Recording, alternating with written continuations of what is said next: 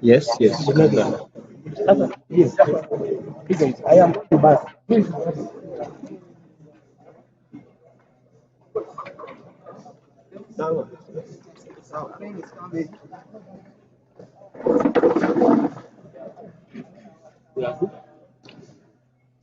Just only pocket.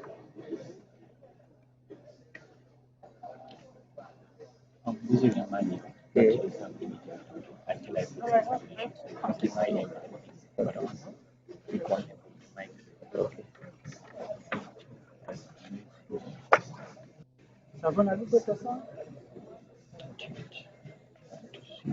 But are you okay? Yeah, I'm okay. Sorry that the other microphone is off. Which one?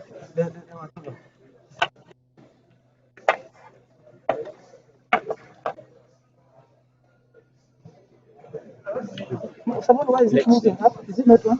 First using this sound as I'm seeing how to find this one. Oh, yeah, I got it. You turn on this microphone.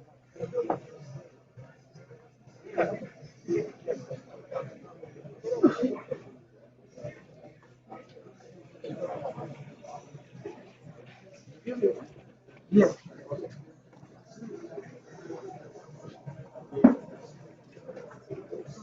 Thank you.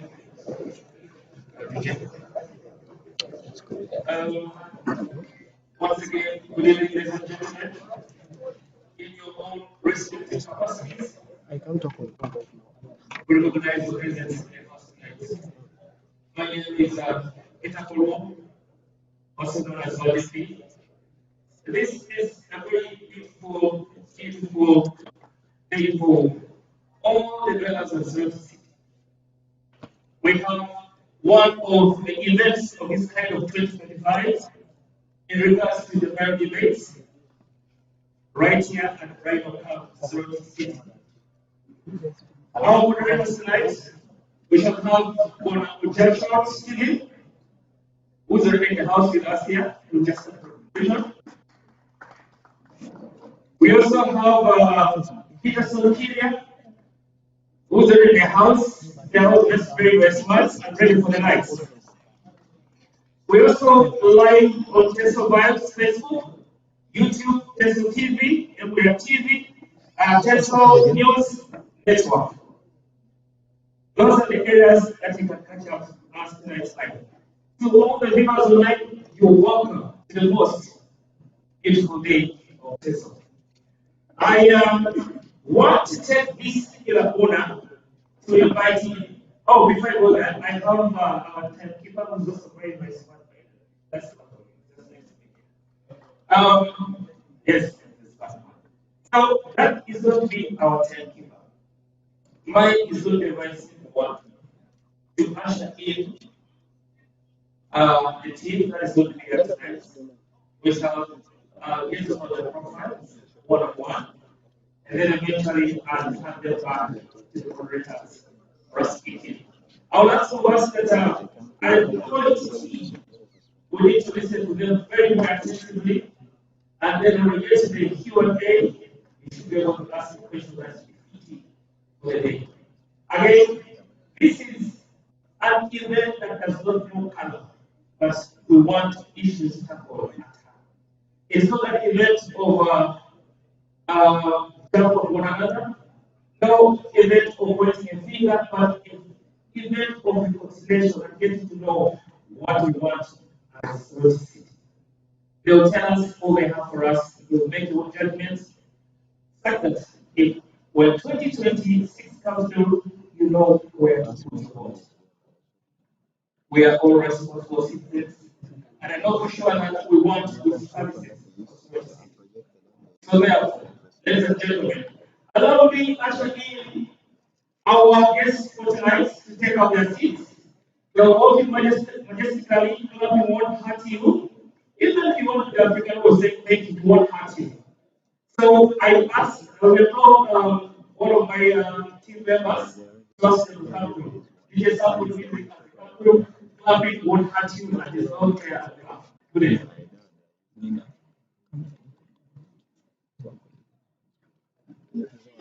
some music video as wait for you to come.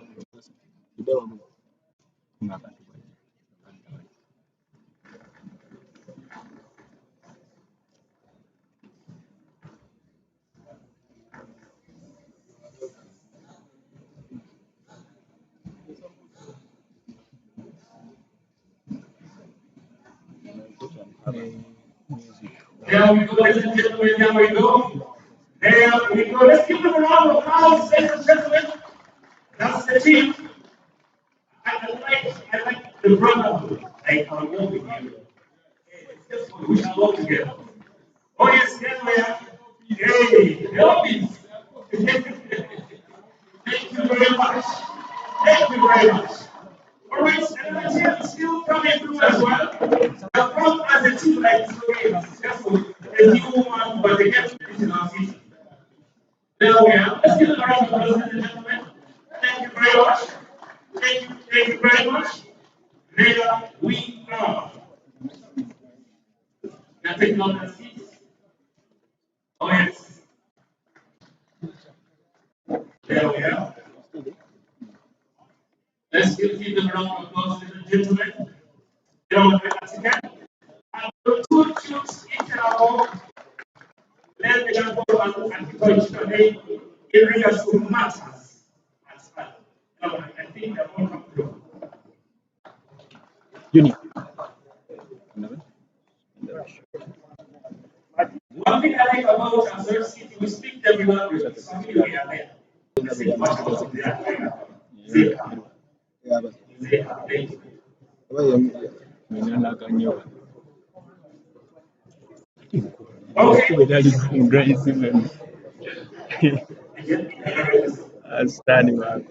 Ladies and gentlemen,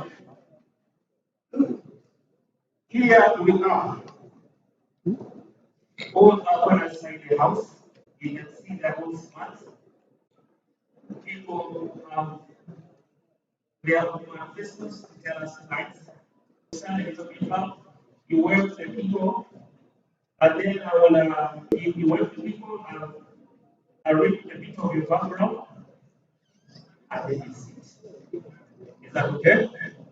Okay. The first person that we're going to do introduction is one of the people side of the Peter in Dwelling. This is different.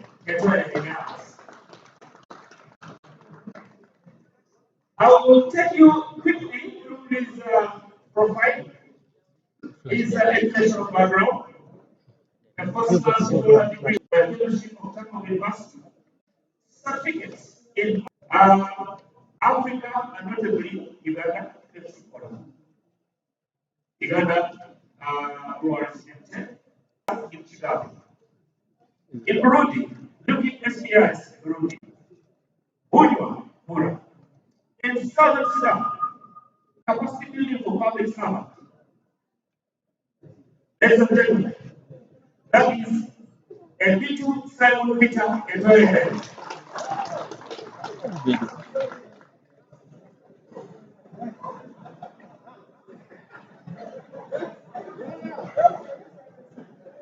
Our second very good guest tonight is Paul Omer.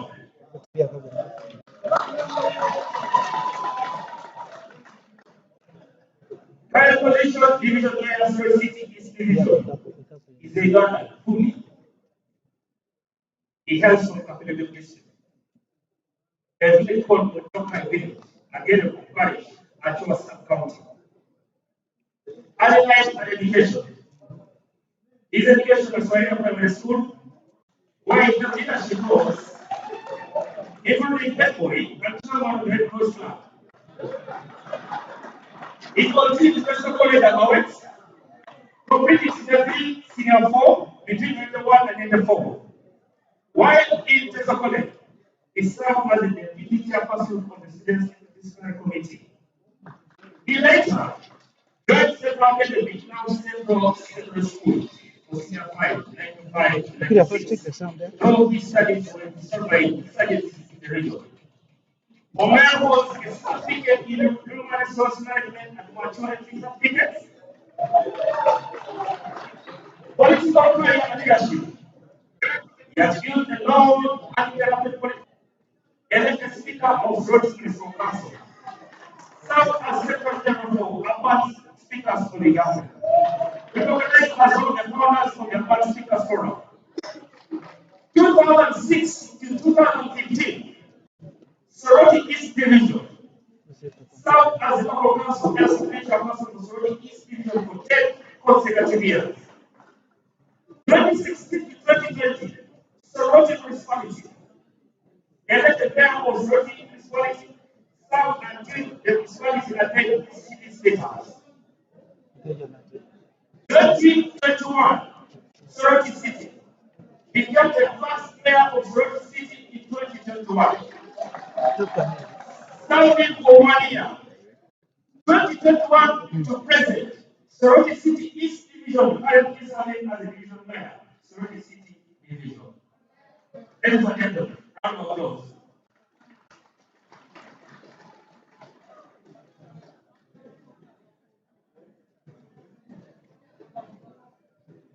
And I told my viewers, we are very much Soroti, just let you know that our doors are very much open. Don't keep him or her casting the meeting. Obio John Emmanuel. Ladies and gentlemen. Obio John Emmanuel is an province's official, public leader, a public servant with extensive experience in agriculture, cooperatives, and local government.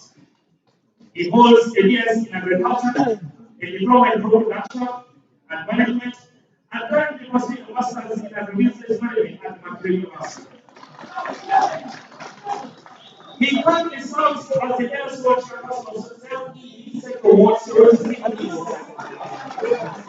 chairperson of Soroti City and the Ward Association, providing citywide grassroots leadership and coordination. Emmanuel has served as the chairman of Board of Governors, Action of Love International, founder, director of Agro Rogea Limited, production and policy manager, Tesla Million. Soroti local government, and also work with global NGOs including Africa, Rhino, and World Vision. A respected family member and the West Southern leader is committed to transparent leadership, improved service delivery, organized city development, youth empowerment, inclusive growth for all. Your voice is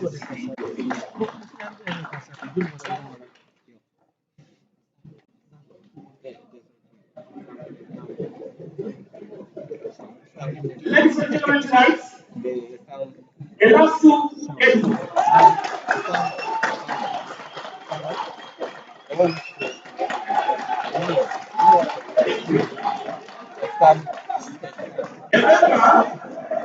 Okay, thank you very much. Remember how we are talking, you know, local of Soroti City, born of Soroti, okay, professional, lawyer, and your manufacturer. What is qualified affiliation? Being a business member for over 20 years. Qualifications. Oh my God. Now, bachelor's of law of Mayoral University. Bachelor of Computer Studies from Mayoral University. You went to Soroti Leadership Academy, points 11. You need some. St. Peter's Seminary, Otakai Primary School and other primary schools for primary education. Experience. Start with Soroti City and Board as a board member. Work with Mayoral University School of Law, public business, as legal assistant. Worked with NGOs and program manager and coordination levels for over 15 years. Served as a development program and project consultant with companies and organizations. Served as a human rights, social justice, and community development. Ran for public position in 2021 as the APC and we are for Soroti City West Constituency. His current mission is a candidate for city mayor of Soroti City. Manifesto summarized into court amejaribu chenye elimination of corruption from Soroti City, creation of order, okay, creation of order within Soroti City, acceleration of equitable infrastructural development across the city, empowerment for the people across different social and demographic groups. Slogan: the man with the plan. halo halo halo halo wala bulbul karena kamera Ladies and gentlemen, finally, Engineer Kesulo Francis Owoyo, born on the 20th of May 1978 in Tucson County, Soroti District, a Ugandan entrepreneur, contractor, community leader, with a strong background in engineering and business development. He began his education at Soroti Demonstration Primary School, where he completed primary living examinations in 1992. He later joined the Secondary Awards in 1993. And started for the University of Education in 96. For advanced level studies attended Toronto College, and thereafter proceeded to Kampala Polytechnic, where he pursued engineering. With a career spanning business, construction, and leadership, as Francis is currently an established businessman and a contractor. He plays significant roles in various professional and business cycles, including Chairman of the Trade Association, National Secretary of Publicity, Uganda National Trade Association Alliance, Chairman, Entrepreneurs League, Soroti City, member, Uganda Institute of Professional Engineers, known for his commitment to entrepreneurship and community development, he continues to contribute to economic advancement and professional excellence in the city and beyond. As regards to one of somebody check out camera the output is not good dedicated to work his family and community. the output is not good Ladies and gentlemen, those are our partners for tonight. Can I give them a round of applause one more time? Allow me but this camera Allow me to say two, three things before I go to the moderators. One, tonight, we are very much glad to have you on board. Our responsibility is to tune our ears carefully. There should be the ambulance squad we need in the last 10 years. No. Today, it must be an informed decision. I want therefore to welcome every person to start for this much beautiful event, farewell event 2025 at Soroti City right now. I want to hand this microphone to my brothers who are already there, ready to start with the program. You are welcome. Enjoy your day. Project Team with Apollo is my name. I love you all. this guy this one this guy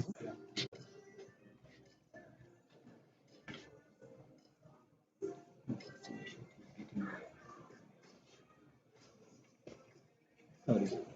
Yeah.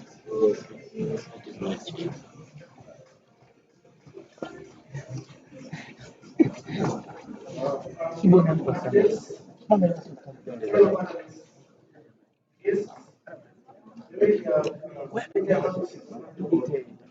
even where is the camera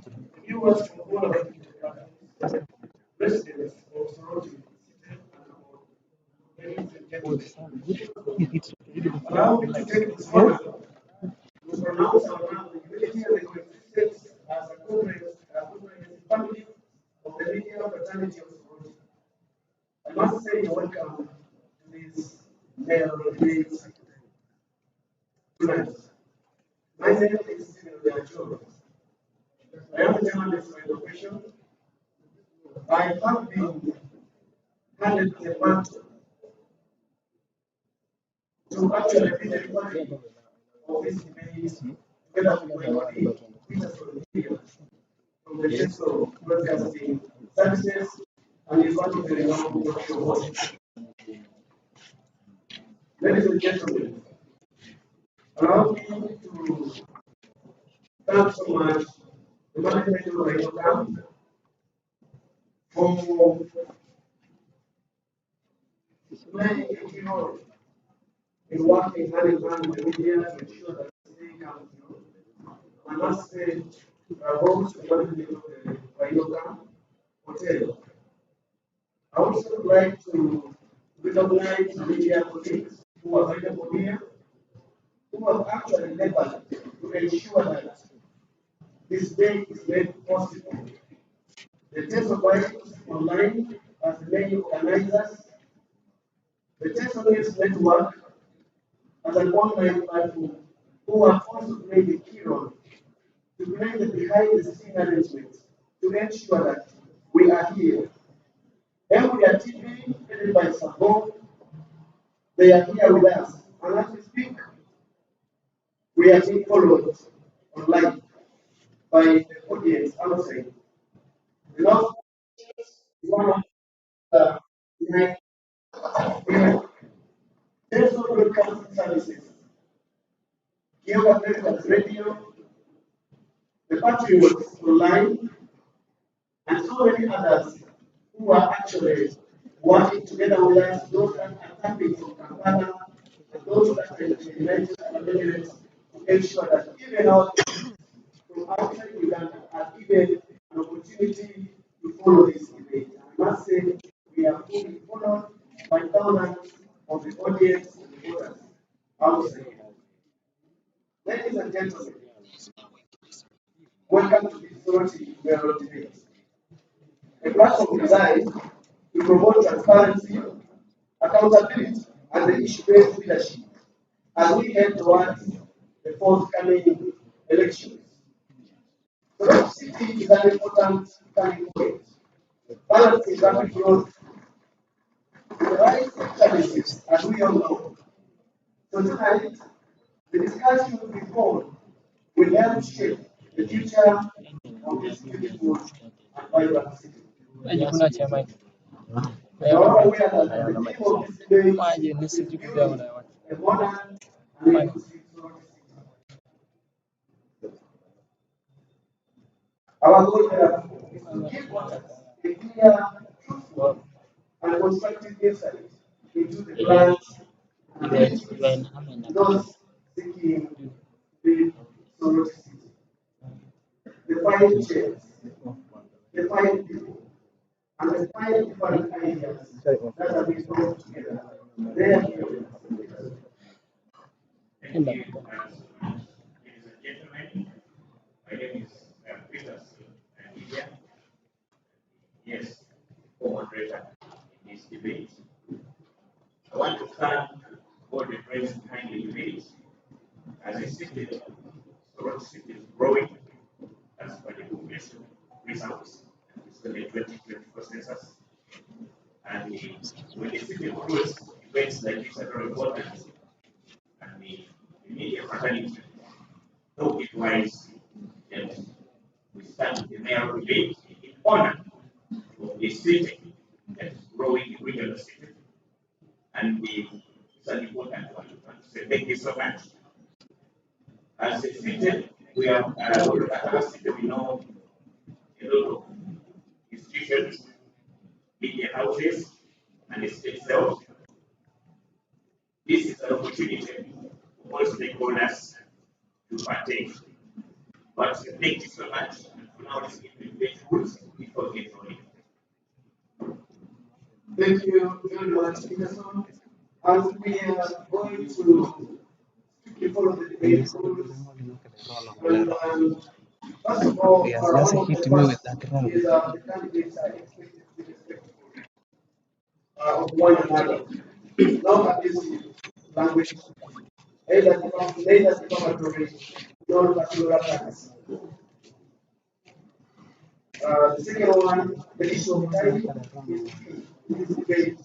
So each candidate is going to be awarded the first 4 minutes for self-introduction that we shall be able to, and then after you, the time to respond to questions will spend only 2 minutes, unless the time has been interrupted by unavoidable circumstances. Responses to questions, we expect you, just as the panel said, to use the modest language as possible.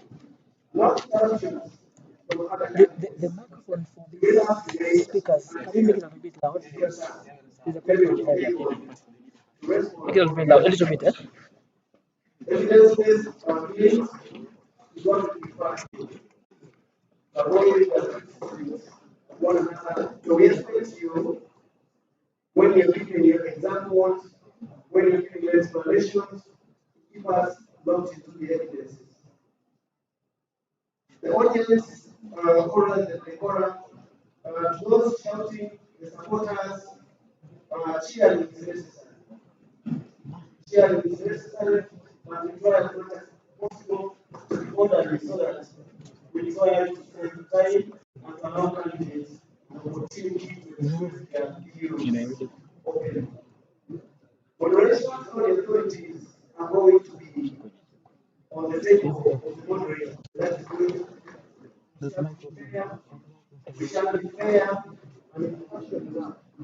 The timekeeper will be able to give us what the time is done outside. And as you can hear, I introduce Mr. Atuel Alfred, who is the timekeeper standing next to me. Thank you so much. On the debate structure, we shall have different topics. But after that, we shall have the useful questions. At one time, we shall have the crossfire round, where aspirants respond to each other's ideas. But I also ask you to ask one question to any of the other candidates. So you will not at one time you will have to ask one question to every of your audience. Then later on, you have some questions from the audience. Yeah, present. But we shall wait the questions. That's one thing. We also have questions from the online audience. There also be one of the questions from there. I wish you all the best. The debate, we are here to bring ideas from all of you share with the audience. This is not an opportunity to character assassinate each other. This is not an opportunity. We are here to guide the debate because we are looking for other debates. We don't have any intentions of making the debate very scary that the next one will feel come and attend. But thank you so much for first of all accepting to be here. We should clap for them. There is no presidential debates where candidates refuse to come, but here one mayor of candidates attending debates. Where I need to know who is what the moderators. We just found out from here in this show. I'll say thank you for having me covered. Let's get started. Thank you very much. I'm sure as providers have already been gone through my MC that we are not going to repeat related to time. And I'm seeing my five aspirants. First of all, thank you for the listening of this play. And I want to begin with the Honorable Mayoral. Why do you think you're the best candidate? For the mayor of cities.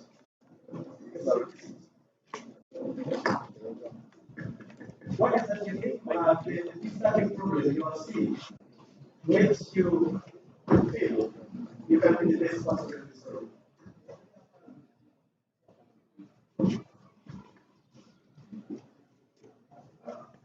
Thank you very much. First of all, I want to see you will remain seated. Thank you very much.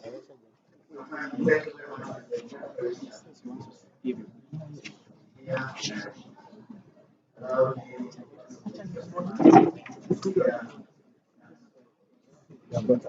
The audience.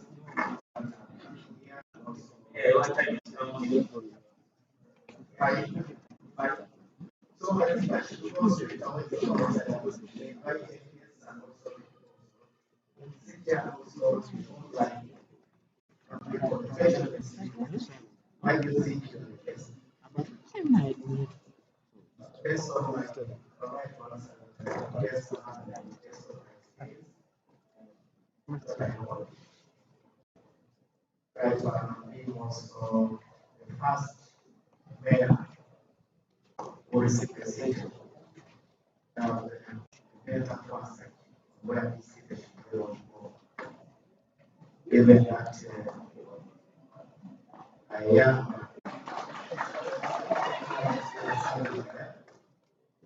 of the video, and I am seeing the challenges that the city is facing because one inadequacies. Because the mayor of the city will need a lot more strength in the leadership of the city. Whether this is a central city professor, is also a central business area, administrative place for us, and so as a city for the northeastern part of the country. And based on that, I have much more experience, given the opportunity that I've been able to understand. And the project I've been able to grow and see where this is. Now, the challenge that I see here is that the city requires a person who understands the basics of how to work with everybody, including the technical people, and also the technical people. And I want to thank them, the people, first of all, Yo, this camera, let it focus here. This camera here. Major Sudu. and later on, yeah, First zoom out a little. Oh, that's the Rhino zoom it, yes. First check the light, the whatever, balancing the. I want to say that Soroti requires a quality person, and does not require a person who is running. Your focus. And I hope those, That's now okay, but reduce the light. when I look at my Reduce.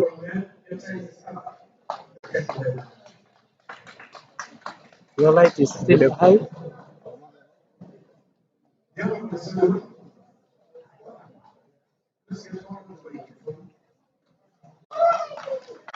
Yeah, but your focus now.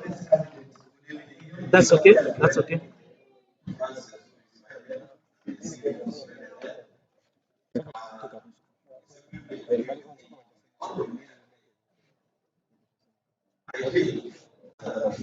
Hmm?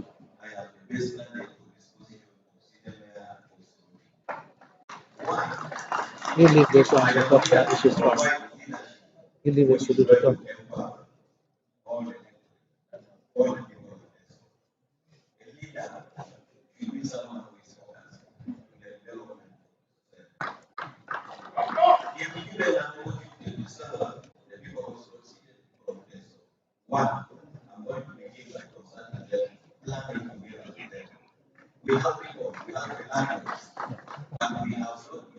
Hmm?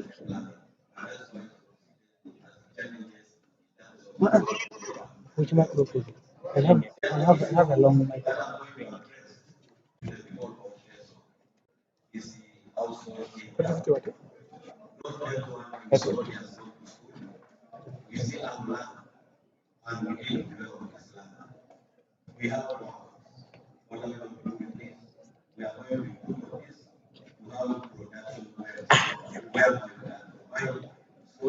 Okay.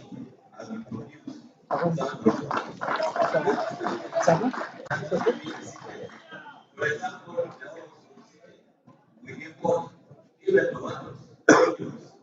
Can it be plugged to the machine? Or you want to take direct to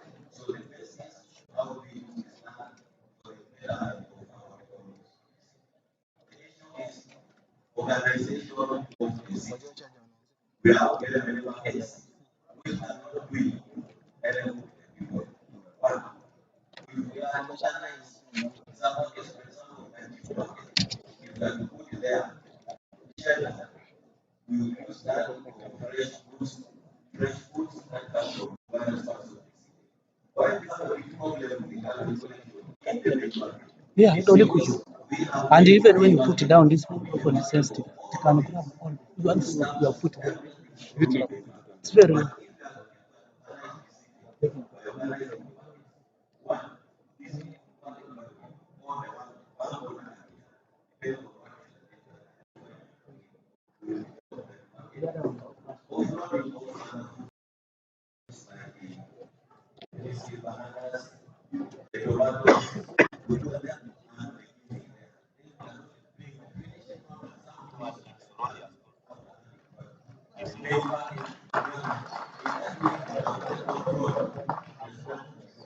Thank you very much. Honorable Sulu. I want to request the people protocol, waiting for the time the chair. Thank you. Am I supporting? Your time is up. I said it. Your time is up. Can we give the microphone to Honorable Bitu? Honorable Bitu.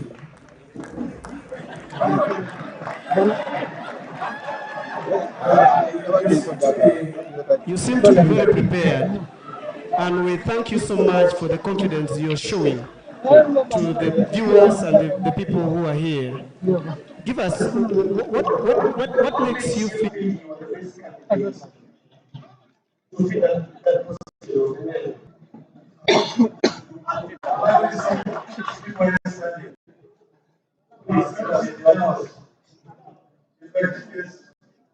For his certificates, I'm honored to stand before you as a candidate for citizen. I feel I am the most competent candidate for this position. I have carried out strengths, weaknesses, and opportunities and threats in this city. I've also carried out opportunities, that is, potential opportunities, challenges, and issues that surround this city. Now, this city is not 5 years old. In 1969, the population of this city was 12,000 people. 2024, it was 49,000.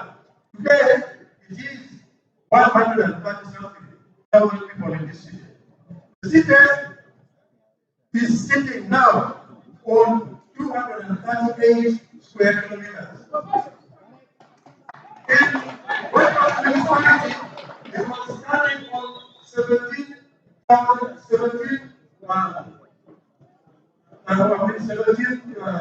square kilometers. Now, the challenges in this city are broad. If you look at the demography of this city, the city has 24% of the people between 0 to 17 years. And in years, 51% of people from the age of 17 to 60. Now, the challenges in this city has faced is actually related to service delivery. Service delivery is so down. Now, what is the problem of the demography? A lot of people are unemployed in this city, and therefore, you find that the city is actually full of the workforce and so forth. There is idleness. There is lack of job creation. So I stand on the pillar of job creation. I stand on the pillar of job creation. And when we create jobs in this city and attract investments, my first priority will be to clean this city as a marketeer of the city and the chief office of this city to make sure that this city brings in investors. The investors will create jobs, and the jobs, the city will also collect revenue. The city has dipped from 5 billion shillings when it was a municipality to 2 billion shillings. Now, what is the problem?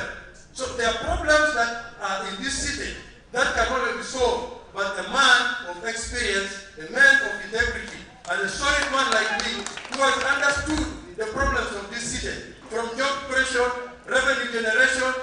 I want also to tell the members here that when I returned from Burundi, I came for politics and I stood as a member of parliament for Soroti in the West. Time is up. Yeah, and I was a member of Soroti and that cleaned that market, that actually caused the drainage channel to be open, and that organized the market.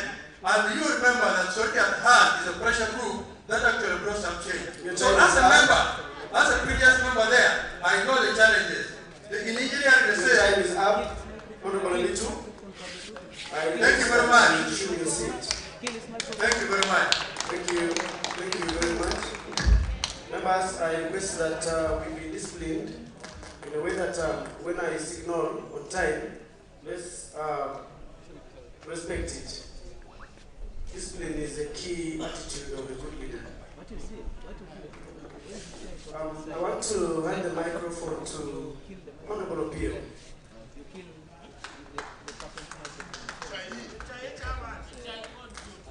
Thank you, Honorable Mayor, for handing him the microphone. Honorable Pio, you can either speak while seated, but you also have the liberty to stand. Yes. Why do you think you are that leader who deserves to lead the people of Soroti come 2026? Good evening all. Once again, Emmanuel Dio. I am humbled before you and in this discussion to present my capabilities as your incoming mayor. And one of the crucial reasons I feel I am capable is one, I am a leader myself and a director. A city needs a person who can organize systems in place and direct leadership to attaining the desired goals and aspirations of the city. Two, I am a team leader. I blend well with all departments, all the locals, and in my leadership, it's gonna be a people-centered leadership. And because of that, it will be very easy for me to sail through in implementing the city development plan. Three, I'm a great innovator. In these modern cities, you need really to have advanced technologies and on how you handle garbage collection, general waste management, and then revenue collection. You cannot deal with modern things using remote knowledge or manual. There you cannot move any further. And then four, I am a great monitor, a great accountant, and a serious auditor. You know the biggest challenge with the developing cities is corruption. With my leadership, I will put in place quarterly audits that will check on the performance of various departments to check on their progress. And in so doing, I will be preventing corruption that will definitely kill the city. And then the other, and the fifth point is, I am a great partner builder. You know, developing cities, you need to be a serious partner builder. You cannot rely on local revenues. There is unemployment. Look at the height in the city, it's not good. The revenue that comes from the city will not be enough to finance their needs that the city requires. And in this case, I will lobby support from NGOs, support from the ministry, and support from different development partners. And so the city will flourish. And then the other thing, you have to work with the local leadership. If you want to thrive and do best, you have to involve the leadership. Talk about revenue collection. These are the people who know all businesses in place. Let me report that our revenue collection is very poor. Your time is up. Thank you very much for the explanation of the views. Ladies and gentlemen, for those who are following us from our TikTok platforms, the Teso Vibes, Muya TV, Teso News Network, Teso TV, Kyoga Veritas, and Teso Broadcasting Services. You can be able to bring in your comment. Keep the comments flowing, because we have that moment where we shall be able to pick a few of your comments, and we shall be able to send them directly, forward them directly to the candidates. I want to hand the microphone to Honorable Elasu.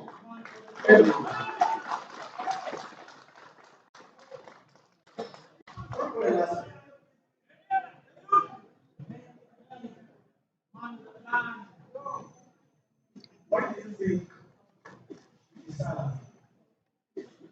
to make the people of Soroti? What do you think that this candidate? Thank you very much for the opportunity to be here. And I will begin by extending my greetings to fellow panelists here at the front, members of the audience, and indeed our people following on. For why I think I am the better candidate or the better mayor to lead Soroti City. I will give 3 reasons for now. The first being that among those that are running for this mayoral position of Soroti City, I am the youngest, I am the most energetic, and the most exposed. It is scientific, and there is no need to debate about it. I am the youngest among them. If you say we need to run out and come back, I'll be the first to go and come back. So that means I have the energy. The city is still young. We need people who have the time and can go above beyond time to make sure that the future of the... I will not stop running or struggling for the affairs of Soroti at 5 p.m. Maybe because I need to go and rest, or because I have issues with my body, so with my head. I have all the energy to lead the people of Soroti and to run for them. That is one, I have the energy. The 2, my leadership will not be one based on gambling or trial and error. While our profiles are being run here, you may recall that professionally I am a development practitioner as well as a lawyer. A development practitioner is a person who is armed with the skills, with the knowledge, and with the experience necessary to advance developmental ideas or projects for a community. And therefore, that is one of the things I come with as a skill set to offer as my leadership package to the people of Soroti City. I will not be a gambler. I will bring leadership skills and development principles that are scientific and proven. And mine will not be something to play with or to gamble with. And the last, because I said I'll give 3, is that when we look at the needs and the challenges of Soroti City, they are a result of failure of leadership. And therefore, I will end it as a question. If our challenges as Soroti City are old, they are not challenges of 5 years or 3 years, they are challenges of 15 to 20 years ago. And the question I ask you, our members of the audience today, is that if the challenges and the problems of Soroti City are old, and they have been sustained by some of the leaders that are old in the system, what miracle do we expect from the old leaders who have been part of the old history, who have been part of the problem? What miracle are they going to perform? Your time. I thank you. Thank you. Thank you very much.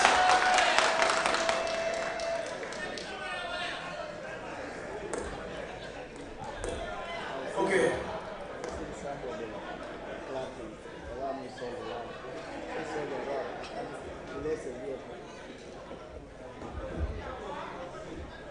Thank you so much. We're getting to the second question. And this said, I will somehow interrogate.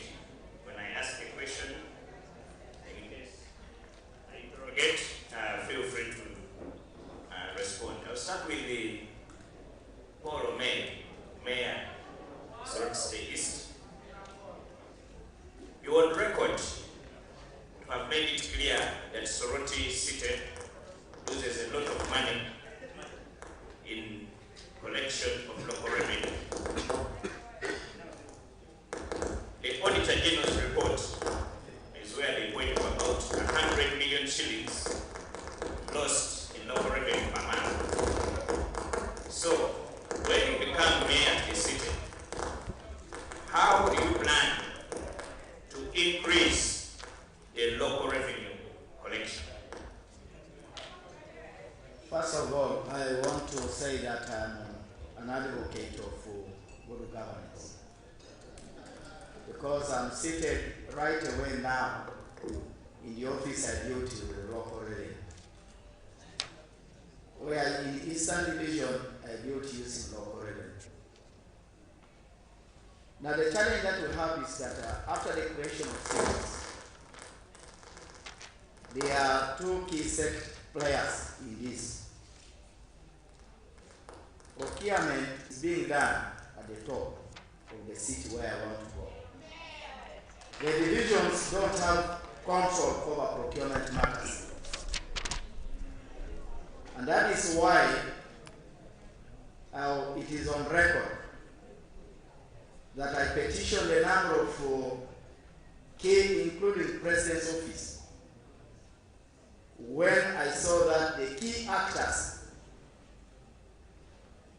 that are cadres taking over collection of revenue. Cadres.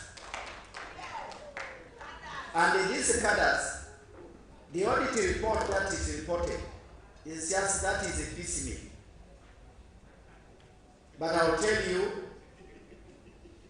cadres who sold the road. He sold the road and he lost the. Just a moment. Just a moment. Just a moment. I'm sorry to interrupt. Let's be specific. Which cadres? Let's be specific. You see, you can. I will point out one. The abattoir. The abattoir was given to a candidate who is not a candidate. And when the procurement took place, he was given to pay an average to pay 10 million shillings per month. And he has not paid 110 million shillings. But it's a cadre. When we petition this matter as a division, it goes to the city. Secondly, the area of loading and offloading, we were collecting money. And Mayor, those are facts which are okay. Those are facts. I'm asking for what strategy up there will you use to boost local revenue collection? Yeah, as a manager of this, if you are at the top, number one, if you are to procure, like I've told you, the divisions, the mayoral position there is a key figure for this. And he has a mandate to supervise the overall procurement. Yes, continue. Ignore the audience, Mayor. Yes, so the mayor at the top of this has a power and authority. And therefore, when he has a power and authority, he can wield power to those who are concerned with the issues of ensuring that those people who are procuring, who are being procured, must be able to follow the procurement process and honor it and pay. And I'm on the record that Is a city mayor, does the city mayor sit the procurement committee? the city mayor is overall person who supervises all the people employed by government. That is supervision. I asked sit. Yes, he doesn't sit, but he has power. Okay, thank you. He has power over them. Because these are employees of government. So should we, am I right if we hold a current mayor responsible for procurement issues? If he was here, you would ask him. Okay, thank you. Let me get to Council Edward. This is your question. The Integrated Revenue Administration System, IRAS, is what is being used currently to collect local revenue. And the city has been struggling to raise revenue. As we speak, there is some slight improvement. Why do you think, even with IRAS, still there are issues in collecting local revenue? And when you become the mayor, how do you plan to improve local revenue with that system in place? Thank you very much. To begin with, as a response to your question, and without using too many words, the problem is corruption. We shall not babysit it. The fact is that the city is not struggling to collect revenue. The business community do everything possible to make these payments. But the problem is that there is a gang of mafia, a marriage of convenience between the political and the technical people who decide to abuse this money, spend it, or appropriate it before it is uploaded to the system. We were born and raised in this city, Soroti, and there is history to that effect. And one of the things I feel need to be done is to overhaul the system. In fact, members of the public are active players in this journey because we need to win off all the politicians who are in the system because they are part of the problem. Can you tell us, when we talk about overhauling the system, which system? Because IRAS, you can't overhaul that system to the government system here again. That is true. But you see, the system is not robotic. There are processes of improving and giving feedback. And actually, the political heads are expected to give feedback to the central government, including proposing adjustments. But to me as a person, as an observer, it is not a problem of the system. It is the problem is the people who are supposed to support the system. And I've already mentioned the technical people and the politicians. Because everything is done by the business community to collect this money. In fact, people make these payments. Supermarkets go ahead and do their meet their obligations. The schools, the shops, business community generally go above and beyond the tax and the call of duty to do their part. But you find that, for example, a business community, or if a member is running a shop, and maybe they have certain areas they're supposed to contribute to the system, the politicians work with the technical people to invent the system, and they come to these people giving threats and giving them, challenging them to not use the system, but to hand over these monies manually to the people. There are shops, there are supermarkets in this city who are sharing the same documents that the system is based on. For example, if it is a license, you know that you pay this money is based on the documents that you have. You can find that there's 3 shops can be having the same document. They just have different names, but when you scan it or consult the system, it is the same PRN that has been used by over 5 people to make the payments. And what happens is that one person pays and 3 others. Thank you so much. But just before you go, so what then do you plan to do with the people that you are talking about? The solution. Yes, that's what we're looking for. The for. solution is on being strict with supervision and following the law in as far as enforcement is concerned. Because the challenge is enforcement.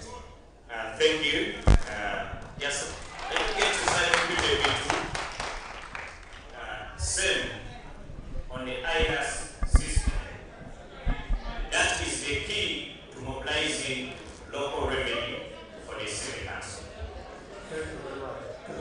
How do you plan to ensure that you have meaningful figures in the revenue? The root cause, now this revenue collection, the system is being operated by human beings. The best thing is to do is transparency. Transparency across the system. In God we trust, everybody must use data. We must have a clear database of all the taxpayers displayed on the notice board so that people begin to understand who are the taxpayers. As far as I understand, there are about 814 business owners in this city. But how much money are they collecting? What is the structure of the revenue? So that we understand, the public understands where the money is going. We cannot say corruption before we look at non-compliance. And non-compliance is driven by the fact that if people do not see the value of the money they are paying, they will not pay tax. That's one thing. Now, secondly, the revenue collectors must have data, and they must be efficient, and they must be knowledgeable. Inefficiency in data collection sometimes does not give us the actual figures. Now, I was talking about some figures here. Before, it was collecting 5 billion shillings. It is collecting 2. Why? In manufacturing, we say there is a hole in the production system. There is a hole, and we shall have to look for that hole where it is by engaging stakeholders and ensuring that we have performance scorecards in every division. And revenue must be collected by the division and supervised by the mayor's office, the central mayor, the Lord Mayor. If the Lord Mayor is involved, the Lord Mayor's office is involved in collecting taxes, then who will check the division? So there must be checks and balances to ensure that we are collecting the taxes that we're supposed to collect. Actually, it is saying that Soroti must be collecting revenue of 15 billion. Now, where is the checks and balance are what I'm asking for exactly? Yeah, checks and balances. Yes, what is that you're telling us exactly? Yeah, the checks and balances are operating systems. Now, the structure of collecting taxes. First of all, we must understand how much tax are we supposed to collect from who? We have different levels of taxpayers.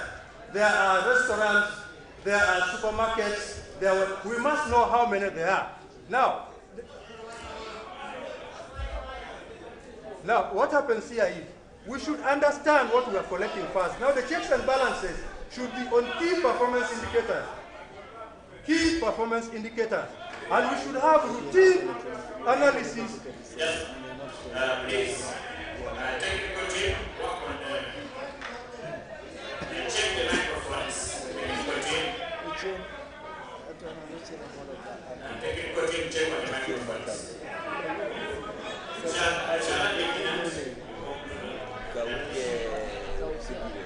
Where's the technical team?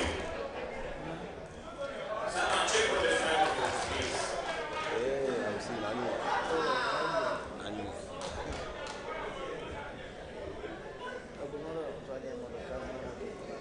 Check on the microphones. Someone check on them.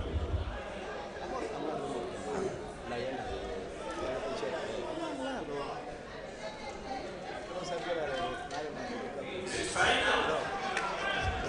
Okay, yes. I am saying the divisions are responsible for collecting taxes. Now, the checks and the balances are in role play. Who is playing what role? If the divisions are collecting, who is auditing? Who is finding out how much if they are collecting taxes efficiently? Another thing is that we must display revenue generation or revenue centers in every notice board so that people understand. Secondly, there should be routine audits. Because without audits, you cannot understand when there are quarterly audits and barazas also to help inform the public of how far we are moving with the revenue generation.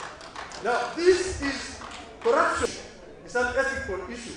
You cannot talk about eradicating malaria without talking about the mosquito. Now, we have to understand what the cost is. And I cannot say it all, but I've also understood a few things. So, this mosquito, what are the mosquitoes now here? Because of malaria. Thank you.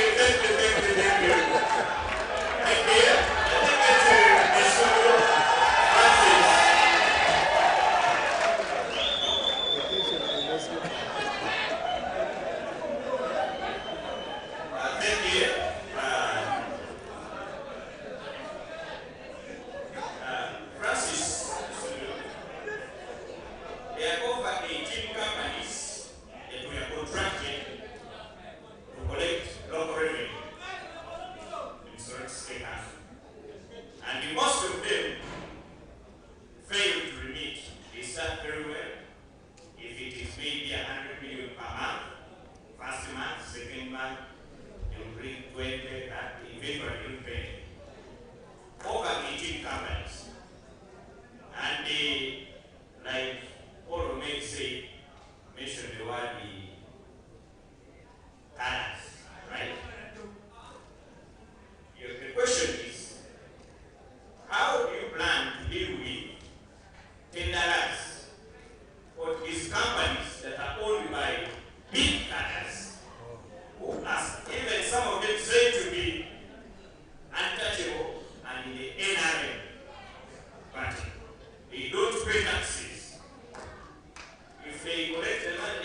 companies go to meet, but somehow the same companies keep getting tenders.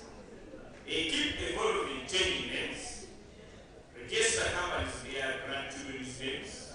They keep getting the same, and frustrate local revenue. How do you plan to deal with that?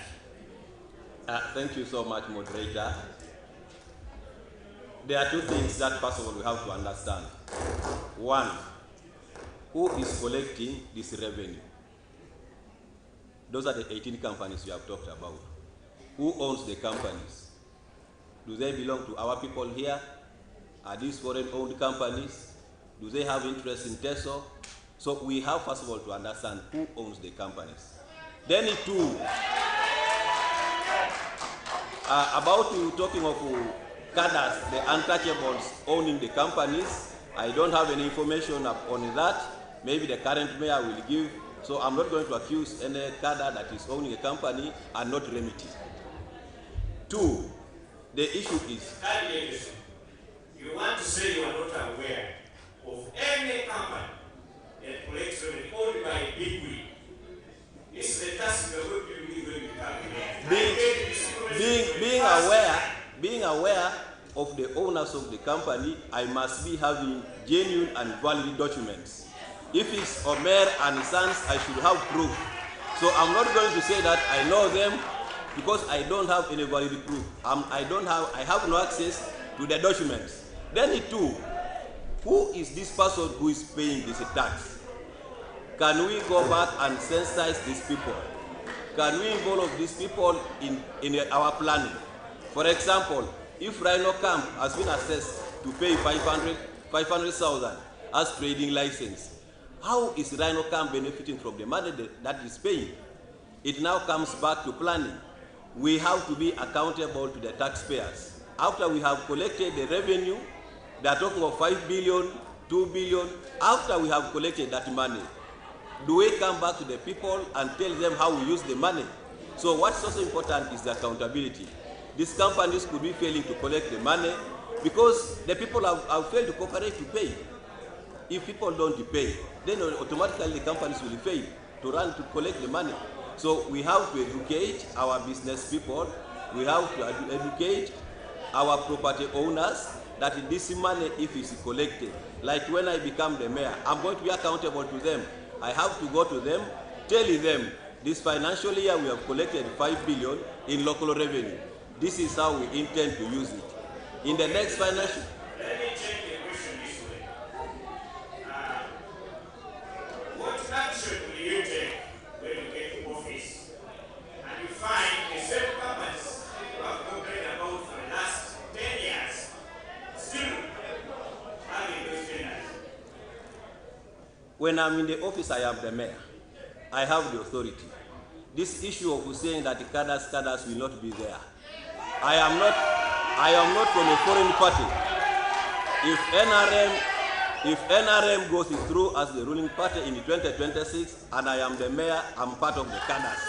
So there is nothing like saying that if we are cadres, we are going to suffocate the government programs or our local revenue. It will not be there.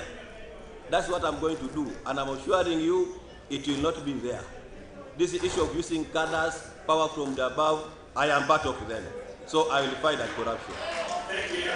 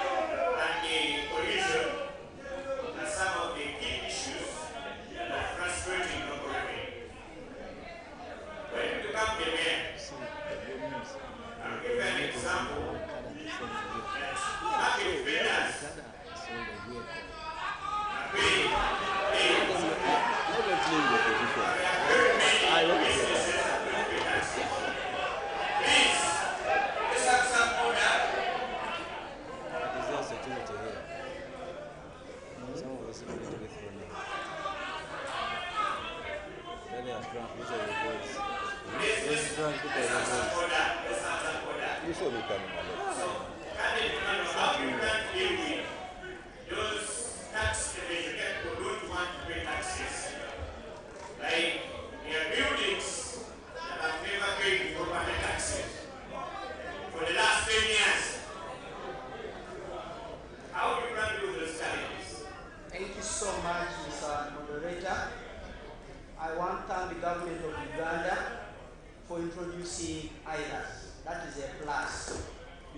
the revenue collection, we have to digitalize the system.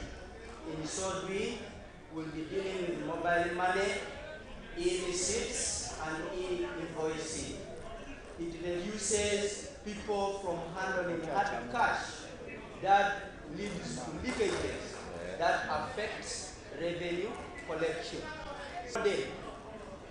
The revenue gap, I have to register, supervise registration of all businesses, market vendors, border stages, mention all of them so that I have a know of who is paying what, the tax. Okay? And then the revenue correction team. These people need to be trained on customer care and management. The majority of these revenue tax collectors are taxpayers, and in so doing, they miss out from paying the resources. So once we build the capacity of the personnel, we are sure that they will do what? They will get money from taxpayers. Okay, let me tell you. Then we have to do not all people who skip pay. Not all people who skip paying taxes in town that are not paying what? Revenue. So if we involve them, it's a direct plus that a lot of revenue will be generated. Remember, what we collect and send to central government determines what comes back. So I have to involve the local leadership. And then as a mayor, whether you are who, I will not entertain corruption. Because you how to engage with these powerful taxpayers who have refused to pay for so many years. Okay, just like I put it right, I needed to understand who this taxpayer is. After I have known you, what makes you not to pay? I will send my staff that I supervise to go and do what? And demand payment. Okay? And then the other thing, which is very crucial, is the setting the privileges or awards. Awards. Yeah. All right. Thank you so much. Thank you so much for responding to the questions. I hand it over to Stephen. Thank you very much for that round. We still continue with our debate. And for those following us from our digital platforms, we ask you to continue sending in your comments. We are in touch with you and we are going through every comment. And that later we shall pick a few of them to deliver to front to your candidates. But also those in the house, please, you will be able to be prepared in questions. You will be able to deliver to us so that you will be given an opportunity to later ask your candidates the questions directly. I want to go on to the issue of the infrastructure and the urban planning.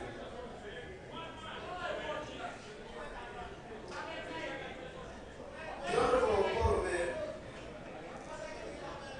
the roads in many wards of Soroti City are still in poor conditions, and this is not agreeable. How do we improve the road network and ensure the maintenance of roads in the city? When you are there, yes, Honorable Korome. Yeah, on record, all monies for capital development now is at the city level. When Soroti was a municipality division, no more roads apart from Yusuf that I inherited when I became a mayor in 2016. And many roads are being built here. And I think currently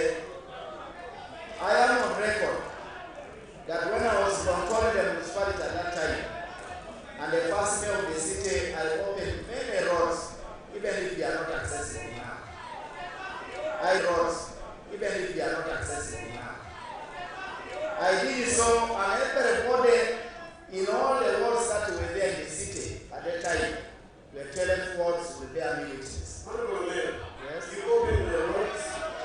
Yes. We are asking, what will be your plans? What are your plans when it comes to the road maintenance?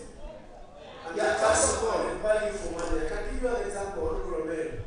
Aliam Road is one of the roads that people in Soroti City are crying for road. That's located at the store still. What is your plan to make sure that there is Aliam Road is one of the roads that we planned for. You have seen the roadworks that are going on now. On the other side, preparing the drainage channel in order to receive the construction of the road.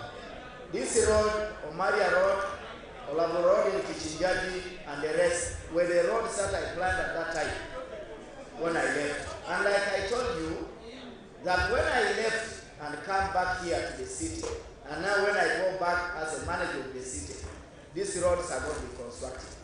There are three components where we are getting money. We are getting money under what they call a transition grant. And we are getting money under the road fund. And we're also getting money under USMID programs. There are roads that are being constructed, including senior quarters. And when you come to the road fund, you are free to choose.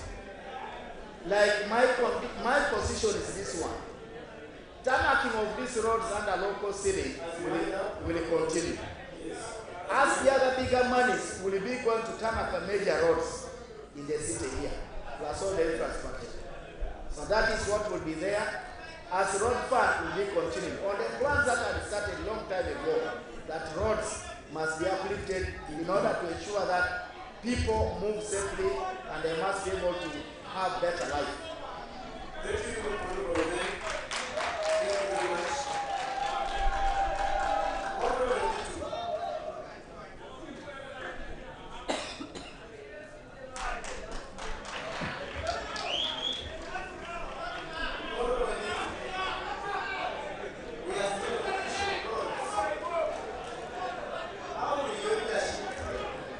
how will your leadership tackle the issue of roads in the city that we all want to live in?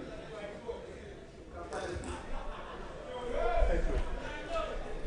The issue of infrastructural development is a pertinent issue. There are grants that are given to the cities, yes, for road construction. But we will have to discuss with the central government, now that we are a city, how many kilometers of roads is a city entitled to? And that's because we have to get the revenue from the central government. So we have to understand the road network and also work together with the central government to give us funds. For example, I have heard that Soroti City will be receiving about 19 kilometers of tarmac every year. Now, we should prioritize which are those roads that we are going to work on and where are we getting the funds from. Now, we are not only talking about the central business area. We are talking about the village part of it, that is the peri-urban and the rural part of the city. Now, the issue of roads is very complex. Now, the city here does not have even road equipment. We must acquire our own roads equipment to be able to work on our roads as well, so that we can make connecting roads.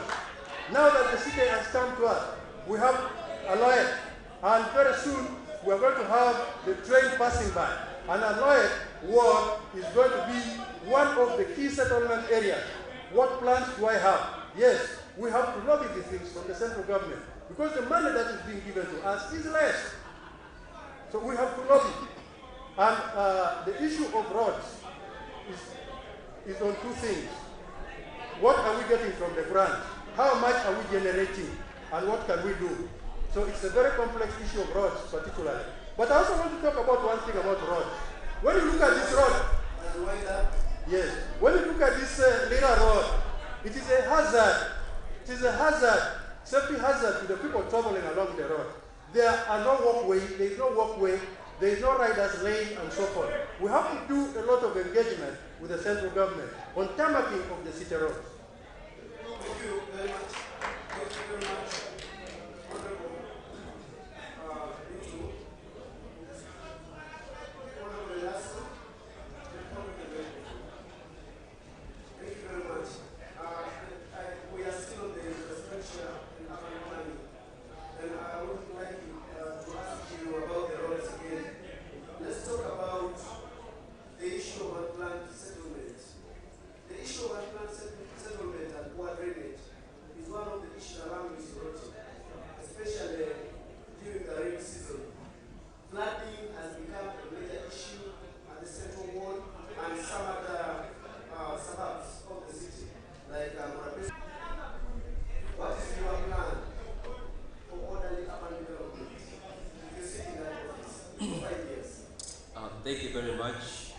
And part of the answer is in the statement you made, which is planning. The truth is that the current city that we are in is still operating with the colonial plan, the plan which was drawn by the colonialists before even the municipality came in. So what it means is that the leadership of the city have to undertake the primary task of planning the city. After planning the city, analysis or a study has to be done on which areas are at high risk, which areas are more vulnerable with the worst, possibly the worst terrain, the highest risk of damage during the rainy season and the like, so that the infrastructure development is orderly.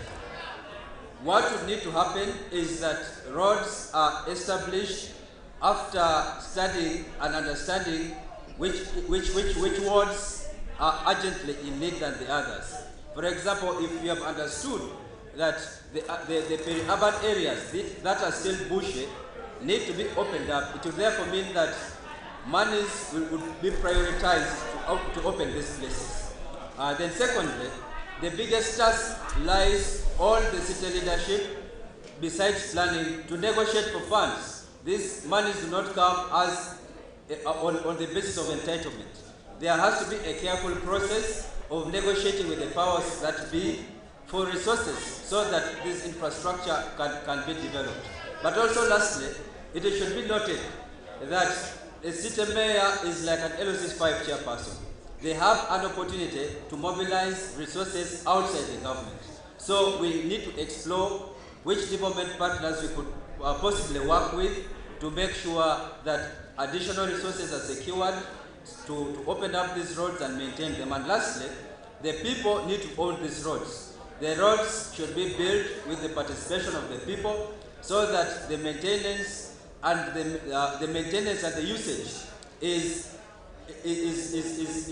equally shared by the government and by the people. Because if you just throw a road at the people, they may not take it as something important to manage or to maintain its standards. So as I close, the point is that there should be a proper plan and there should be a process of making sure that these resources are negotiated and adequately used, not abused. Because there's one thing of securing the money, and when it comes, the pot-bellied walk, abuse this money and use it otherwise and cheat the people. Thank you very much. You can hand the microphone to the NRM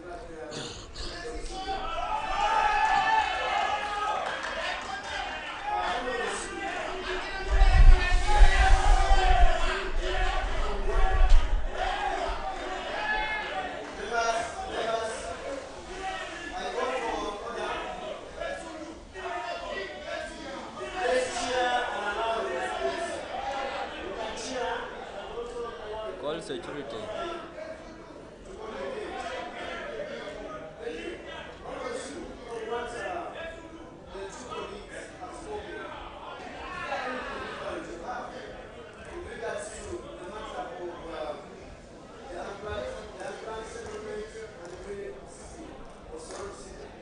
Thank you so much. Differently, when I'm there, one thing is understanding what they are doing on the roads. there is one thing is lobbying for funds. After you have lobbied for funds, how are they using those funds? So what's important is how are they going to use the funds? As a technical person in engineering, I am going to closely supervise the road works, the drainage works, and the planning of the city. For example, Lira Road. Lira Road, the way it has been constructed, we, the beneficiaries, we, the citizens of Uganda, we don't understand whether they are doing the right thing. Because one time I went even to the office of the city mayor. I asked that as a city, this is our property. Do you have the drawings? Do you have the plans? Are they doing the right thing? Unfortunately, they did not have. So how do you supervise what you don't know? So where do you think Soroti City should have been by now? In terms of the drainage, in terms of order in the city? The fact we would have been very far. And the far we can say, maybe at 90%. Because I don't want to say we would be at 90%. I don't want to say that we are 90% because I don't have access to all the funds that are collected. I don't have all the access to all the documents, which shows that this road has been planned and this. But if I'm put in that office, I will be in charge, I will be knowing all the figures, I will be having the drawings, and I will be having the plans. I will be knowing what material are they using for the drainage, what material are they using for the roads. So that will be my responsibility. Besides just monitoring, I will be having an idea. If the road is a maram road, what is the thickness of the maram that should be there? Not just going to admire. Thank you very much. Thank you. Thank you very much for your submission. Please kindly give the microphone to Honorable Pio. Honorable Pio, the issue of garbage is one of the biggest problems that Soroti City is facing. And we have seen a number of the members of the community devastating. In Murapesi market, in Dandani market, Soroti market, in Nakatini market, and the garbage pile along the access roads, all over the space around, and at the center. What would be your last solution? What would be your last solution? A sustainable solution to ensure that the sanity and cleanliness in our city that receives everybody. Thank you so much, Mr. Moderator. Garbage collection is a serious challenge that Soroti City is facing. And we as an incoming mayor, I will promote modern but very organized waste management systems. What do I need here? I need to have enough trucks, lobby for enough trucks, lobby for enough wheel loaders, and lobby for enough bins, so that we stop wasting time. The current challenge we are facing, I know of only 2 trucks, of which one only is the one that is involved in removing garbage from the main market. And to me, I feel that should not be the case. We should squeeze resources to make sure we add on to the infrastructure to help garbage to be transported very fast. Secondly, I have a plan to compose the garbage and recycle the plastics. Soroti City will have a composting pit for both market and household refuse.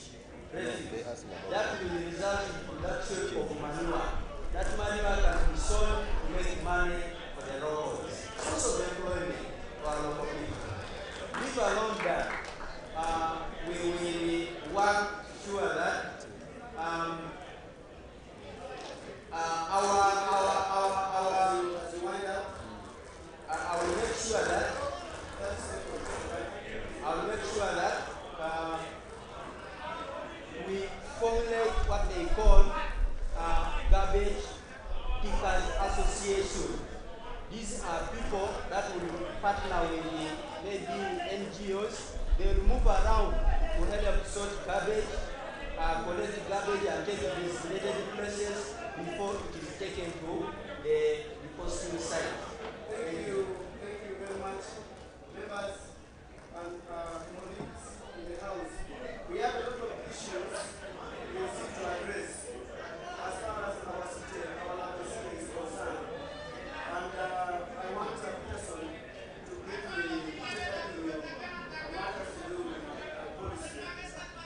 But as we wind up, I think we should also now go to the position. Thank you so much.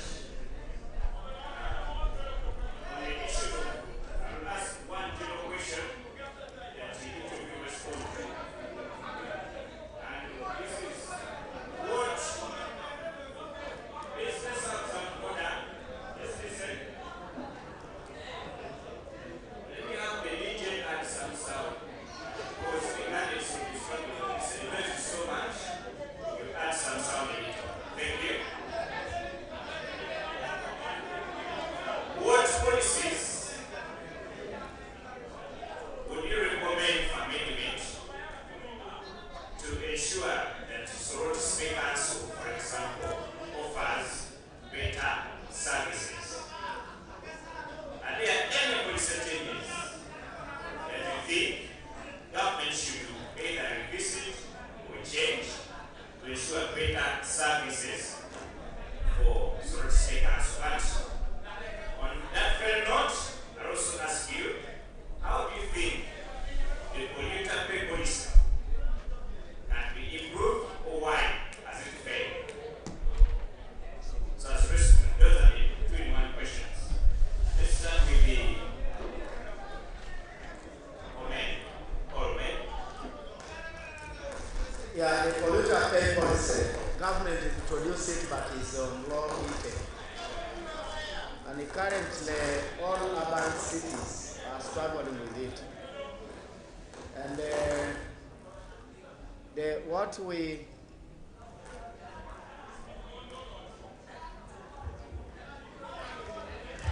we are dealing with now, the polluter pay policy, number one,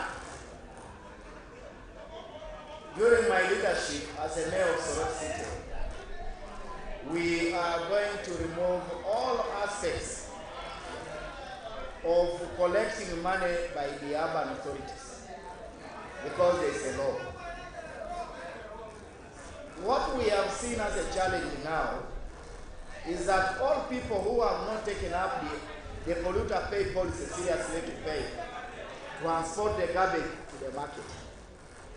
And therefore, we shall have a policy shift to go and meet communities and explain to them, like what I did some time back, that all skips must be removed from all the corridors. And today people are doing business in those corridors. So when we remove garbage skips all and go and meet communities and emphasize them about how everybody must be committed to remove side that this money must go back, be plowed for other activities, then the intake will be able to increase. Secondly,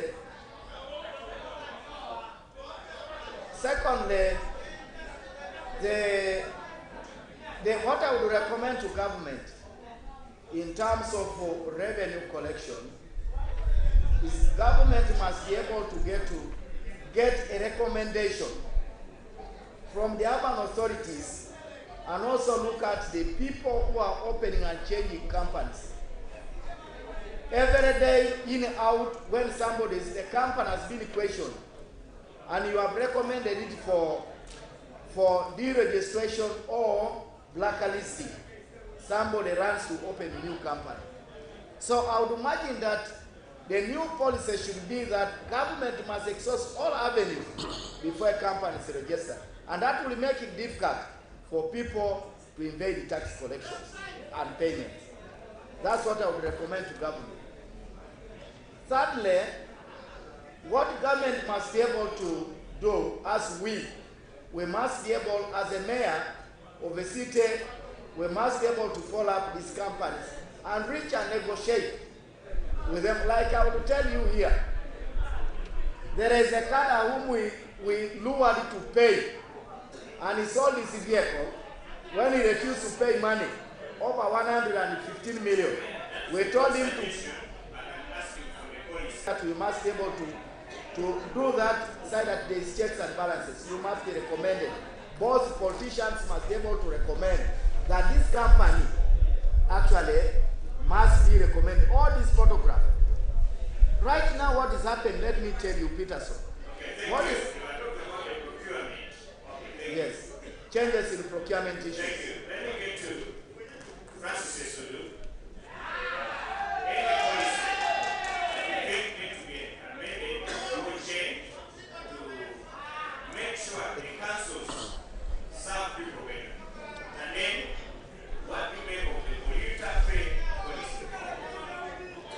Thank you so much. About the policy, you know, these cities have developed in a different way, in a varying way.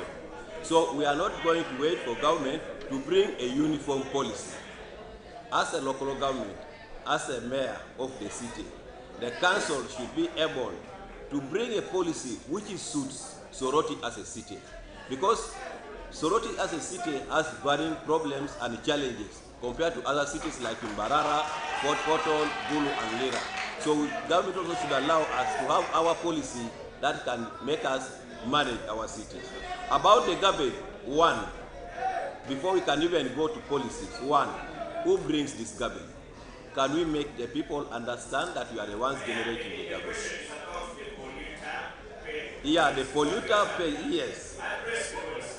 Yes, that is why I'm saying the policy can be understood better if we sensitize these people. First of all, the garbage collection in the city should not just be left only to the city council to manage it. Can we have the private companies collect this garbage from the households? If we had that, then this policy would easily be managed by the city.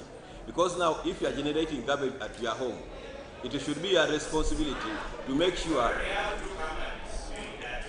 We have two companies doing that, but it has not been taken. They are just doing the work to the people who have accepted, who have understood the policy of government. But these are some of the things that we should also have as council, make sure we educate and enforce. If you have a residence like this one, who collects your garbage? Where do they dump your garbage? But if we don't know the company collecting this garbage, we don't know where they're dumping the garbage. So this is the garbage which ends up filling all the streets. Because you now collect at your home and go and just dump the streets. But if we had a company, a policy,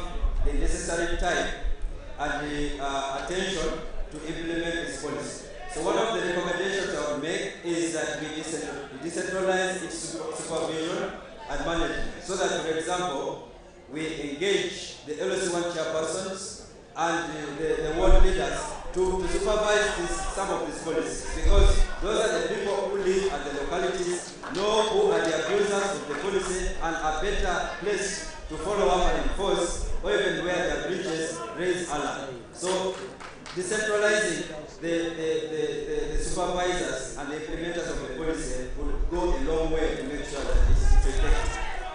Then secondly, on the issue of service delivery, I think the point has been made around how some of these companies become too big-headed that they are not willing to respect or meet their end of the bargain.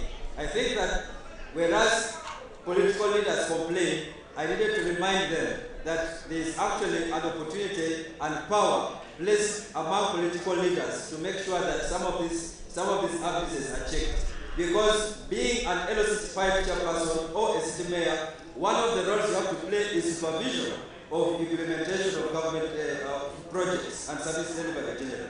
So that, for example, if there are companies that are not delivering through PPDA laws, it is allowed for you to blacklist, that is one. But three, cancel.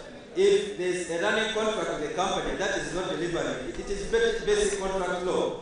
Before acceptance is made, there are terms and conditions. If you breach a condition, you don't have to wait until the end of the term for your contract to be sold. I think the problem is lack of the opportunity or the power that the law has for leaders to utilize to check some of these people. As a lawyer, I'm better placed to explore some of these legal opportunities or legal remedies to apply head-on to some of these abuses. But also, there are people who are employed by the council to do service delivery. For example, through the service commission, the city recruits people. How then do we have the energy and time to recruit and very lazy at supervising them? By the same opportunity we have to hire them, we also have the opportunity to fire those that are not delivering to the expectation. Developing policies, but very poor on implementation. Developing policies, but very poor on implementation. The political pay policy in itself is a very good policy, designed very well, but the implementation here is a problem. When we formed the pressure group called Soroti at heart, we managed to do some level of cleaning of the city. We cleaned the main market, we cleaned even a cheap market and so forth. So which means the responsibility is on us, the leaders. Number two, about waste management. 51% of the waste in this town is considered organic. 11% is inorganic. But the 11% is causing more problems than the 51%. Now we have to look at the political pay policy in a different way. In Ginger, there are 500 waste collectors. In this city here, we need the systems that operate. Number one is implementation. Two is enforcement in itself. Now, how do you implement this? We have to organize a system whereby we sensitize the users of waste or the depositors of waste. Waste is in itself, for us in manufacturing, they say there is no waste.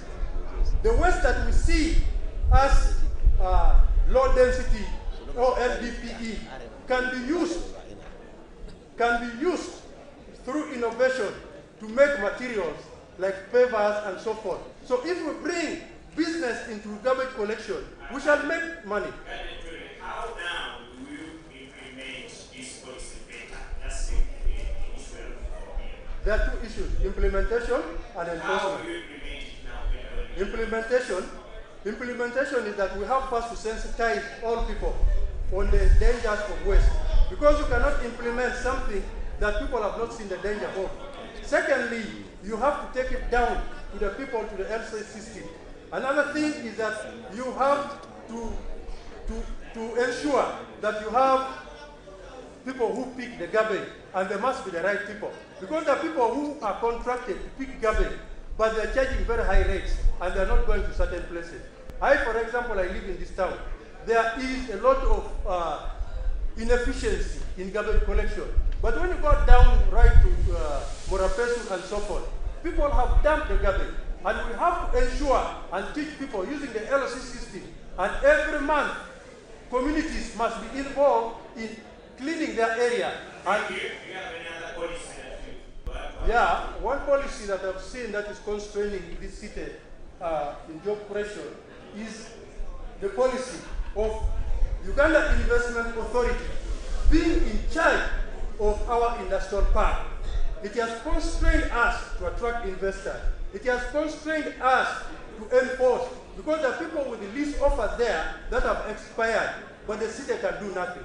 So the policy on management of industrial parks in Uganda must be changed to favor the local government to be in charge of that industrial park, so that we can attract investors in that place.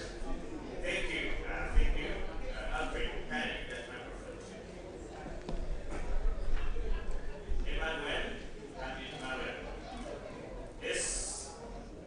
How do you look at the monetary policy? And how can it better serve the people of the city? And if you have any other policies you think government needs to change to enable the cities serve their people? Thank you so much for that great question.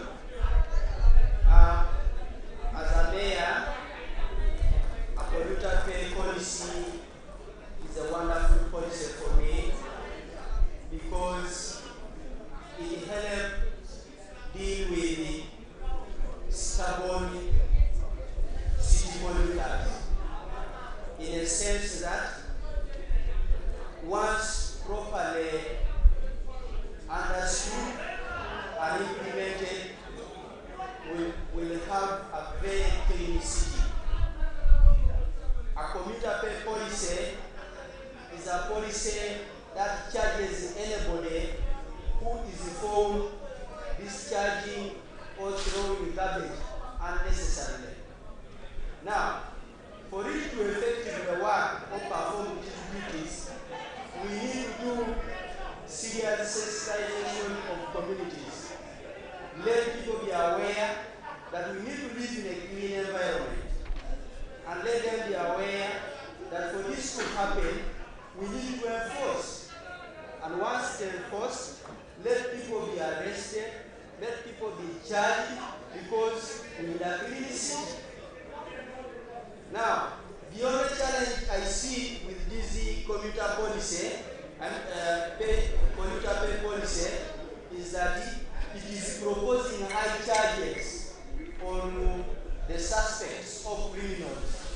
Got an example: if you are found dumping unnecessarily, they charge you 2 million shillings. Is that really realistic?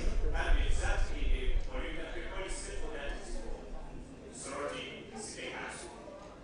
I understand that is what a polluter pay policy entails. So I would propose that these kind of charges are high and it is detrimental to the local communities, and it may not achieve. Sorry? It's a national policy. It's a national policy. I recommend. And 2 million is really the policy. It's a proposal. And maybe that is the reason why the thing is not taking off. That's why we are saying, can there be adjustments on some of these stringent measures so that the policy can be wholesomely welcome? Thank you so much. I am. Give the microphone to candidate. You have not allowed me to talk about the policies. Okay. The biggest policy that needs a reform in the city, financial policy. This business of collecting money and it goes to Kampala, Central Treasury, is really affecting service delivery. How I wish there are now collection to be done locally, strengthen systems on the ground, so that money can easily be accessed for use immediately to solve the problems that affect the city. And then two, another policy that you are one of the contractors in the city and the district. How are you going to ensure that you don't involve conflict of interest in contract management?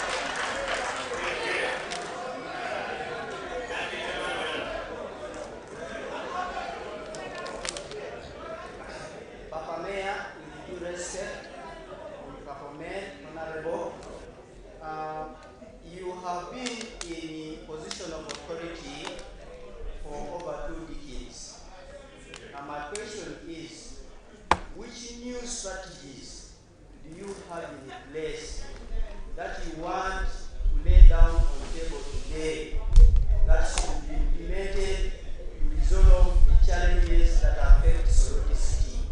Even now as we talk, these challenges are still existing that you have not yet implemented. And then my last question. One question, please. It's only one. One question. Thank you. I wanted to ask another one. So I can answer? Yeah. Answer. 2 minutes to respond, but to each question, and then later on, shall also bring questions from the audience and online. Thank you so much, my colleague Twerere. First of all, it's on record.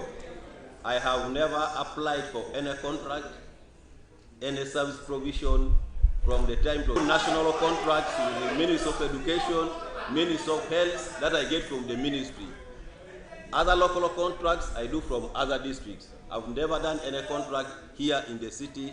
I have investments, I have business here, so I don't want to have any conflict of interest, and I will not have. If I've not done before, I've not applied before, I will not. I think it's okay, clear.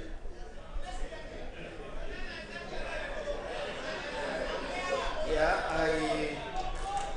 I want number one to say the candidate up here was asking me, my colleague, he was asking, what new things you have and you have overstayed?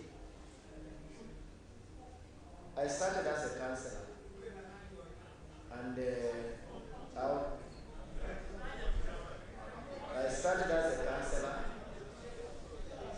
and the people who are resident within here where we are can testify that this is not a state where Murapesu was like that. I'm the only person who stood with the other 8 candidates, and I had a manifesto to have Murapesu accessible the way it is now. Now, number 2, Elas was asking me, when will I repent? I don't know whether that is what. I don't know the question well. If you can allow me, is that the question? I want him to frame. Well, Even the microphone, clarify, you can understand.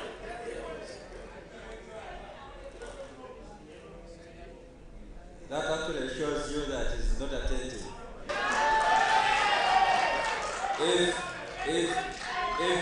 If the mayor of Soroti City has been invited to a conference and given a chance to ask the question once, and he misses an opportunity to understand, I think it is not my problem. Is it?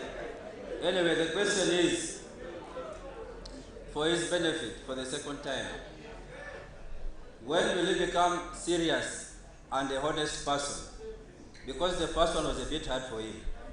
The question is, when does he intend to become a serious and honest person? Gives life.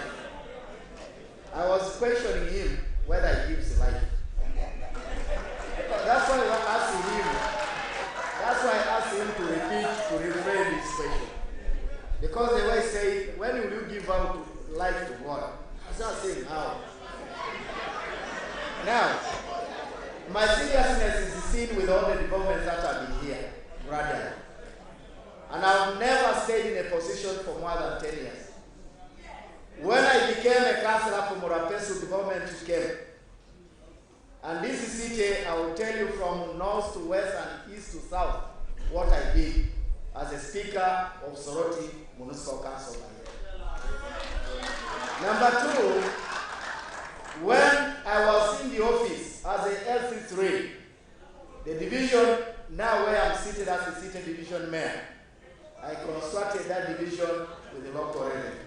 And these are the governments that I see. As a mayor of Soroti municipality, there are many gradual developments.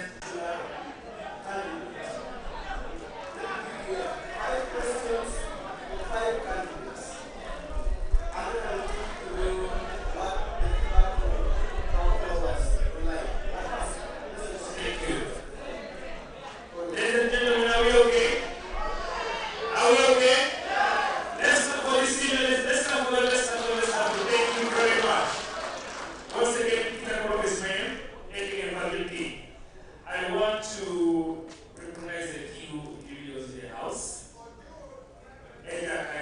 Honorable Stephen, the one that came to be the president of the ladies and gentlemen.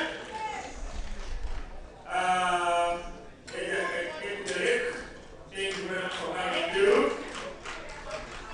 Mr. Oyeile Aiwa Ekemo, thank you very much. Abona Fede, thank you very much. The guy speaker. Yellow man doing. Yellow man doing. Yellow man doing. I am going to ask all of us to be a little bit patient with us. We are going to the Q&A. Kindly and listen carefully to the questions, such that they are able to answer the questions appropriately. Is that okay? If you have your question, I ask that you walk right where I am. Make sure the question is not so personal, but it should be about the government of Soroti City. I only want 4 people. 4 people. Right here, right here. Even the president came, by the way. The president is right there.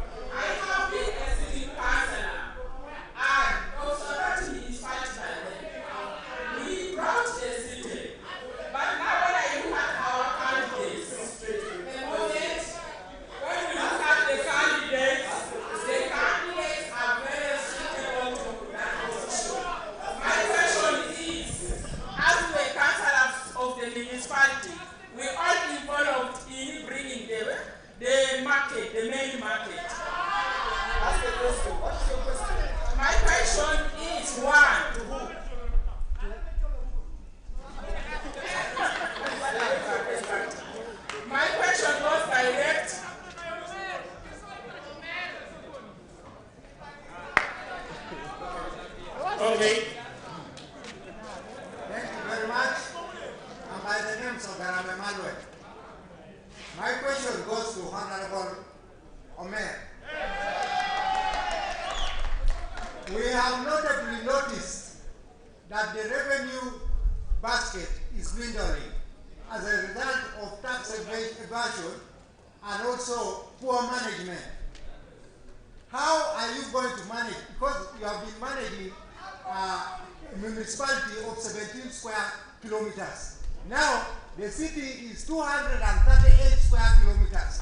How are you going to manage now that there has been an increase in tax revenue collection?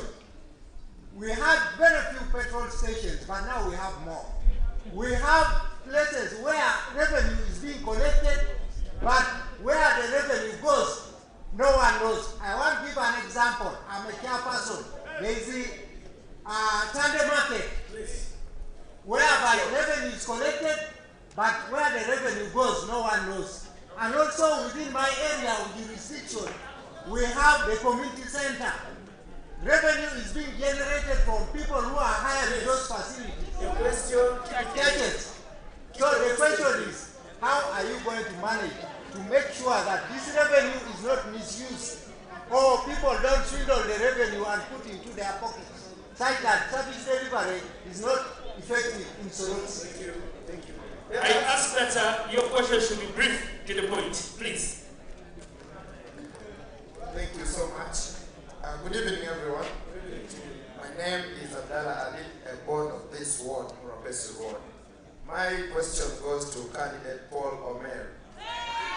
Accountability simply means taking responsibility of not just what you've done, but what you're leaving behind. Candidate Omer is seeking to climb a step higher. Apart from the roads, because I want us to believe that from the time Soroti became a city to date, we are just becoming worse each and every day. I want candidate Omer to give us some appetizing projects that is leaving behind. We want to actually use those projects to give us reasons to vote you as the city mayor. Because if you fail to take care of a small division, just like Honorable Lasso said, what miracle should we expect from you when we give you the bigger plate? Thank you.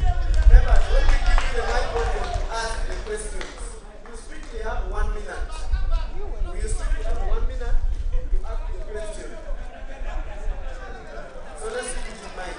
Thank you.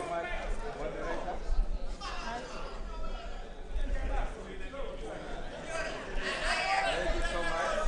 The moderator, and all the listeners and online viewers. I am Rhino Spirit. And my question goes to Honorable Omer Paul. With due respect, you're the biggest person in the team. And my concern is basically, how are you going to address the issue of the demarcation of the cities? Because there are areas that have been identified as islands, most especially Rwanda and some parts of Opiai. How are we going to address, because they are affected in service delivery? Thank you so much.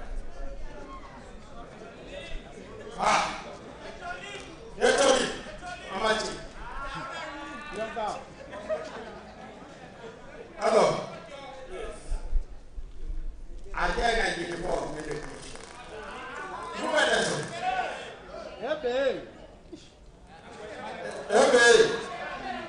here to Budesi Kwamemea, or we care by Budi, or by the head of me God to protect Fairia. Hey, Oku, Apple, Mayoral, Ajena. The question is, let me facilitate. Let me ask. 1 minute.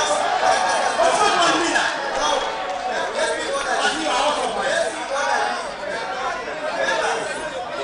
The question is, who told the Swahili primary school?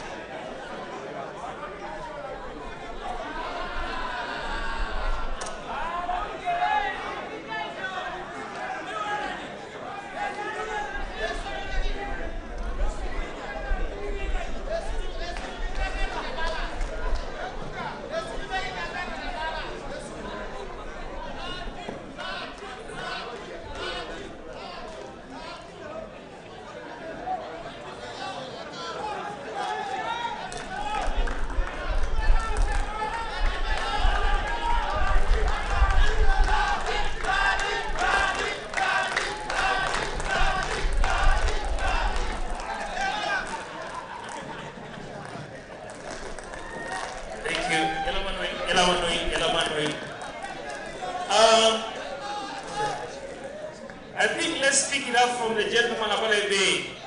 This question was, Inaibo Aguela Riso idea. That was the question. So that was the last question before we went on mute. I have one very last question. The very last question is coming in from the Nyerere of Teso. Okay, what's your question, sir? Good evening, everyone. My question goes to all the panelists here today. Soroti City is among the 10 cities that were created in 2010. Other cities have grown, have shot in terms of growth, and ours is still stagnant. What are the remedies you all will do here to accelerate the potentials of growth of our city? Thank you, sir. Thank you. Thank you very much. I hand back to the moderators, and then we go back to the team this head. Thank you very much. Thank you very much, Brother Peter. And thank you for questions. It seems questions have been directed to one candidate, and that is the Honorable Paul Omer. We shall give him a humble time to respond adequately. Let's go and cross-check what is happening on our social media handle. A number of people have asked questions and we have picked them randomly. We have got thousands of questions and comments from Teso Wives, online, from Mayoral TV, from Teso News Network, but particularly we heard about the issue of the health sector. What are the candidates going to do in terms of strengthening the health sector in the city? Especially Honorable Omer, how will you improve on the health sector in the city? Ojinga Willie is directing that question to Honorable Omer. There's a person called Jennifer, that question to Honorable Omer. There's a person called Jennifer Ambajo to Honorable Omer still. There is garbage collection, but where is it deposited? Where is the garbage collected from the city deposited? We hope it is deposited in a place where it does not cause the human harm in the city. That is according to infrastructure. How are you going to protect the school land, especially public land? And they gave a reference of Swaria Primary School, Morabesu Primary School, Bamba Primary School, and other lands that is actually being encroached by the city residents. Those are questions that have been raised. There's one person who also raised a question from Teso News Network. Teso News Network, you are called Oyugi George. Oyugi along the roads, especially at corner Lale Road and opposite randomly click. But because you wanted the city, I have to accept. The city was divided here, or rather was locked this side. And the city MP right now was the one in charge dividing the city, not me. So therefore, we are asking, and I've told the people for Rwadai and the people for PI on the other side, there are people who say that they want to belong to the West. There is a process that must be undertaken in order to do that, to reverse the position. So currently, that matter will continue in that way. Now, there is a question that was asked by, he has been asked that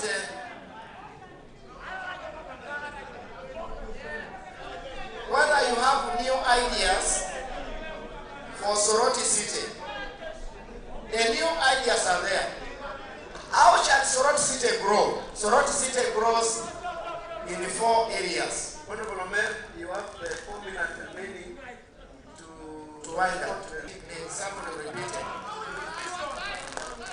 Now, there are quite a number of key sectors that must be able to get us. And as you know, there are areas that were brought to the city, and they are still agricultural areas. We must be able to tap the urban agriculture in order to ensure that these areas will continue to produce to serve the city in terms of food provision. Secondly, I want to agree with my brother, Twere. The policy of investment in this country, where the city investment hub is there for us. There are people who have been, I moved to Rwanda, I moved to Botswana. Governments there have adopted a policy that will ensure if you want any land for government investment, you must show capacity.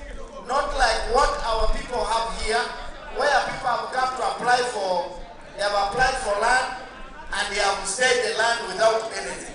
I agree with it, and I must be able to advocate and ensure that the investment authority must be brought here for us to discuss and ensure that we must be able to grow the city.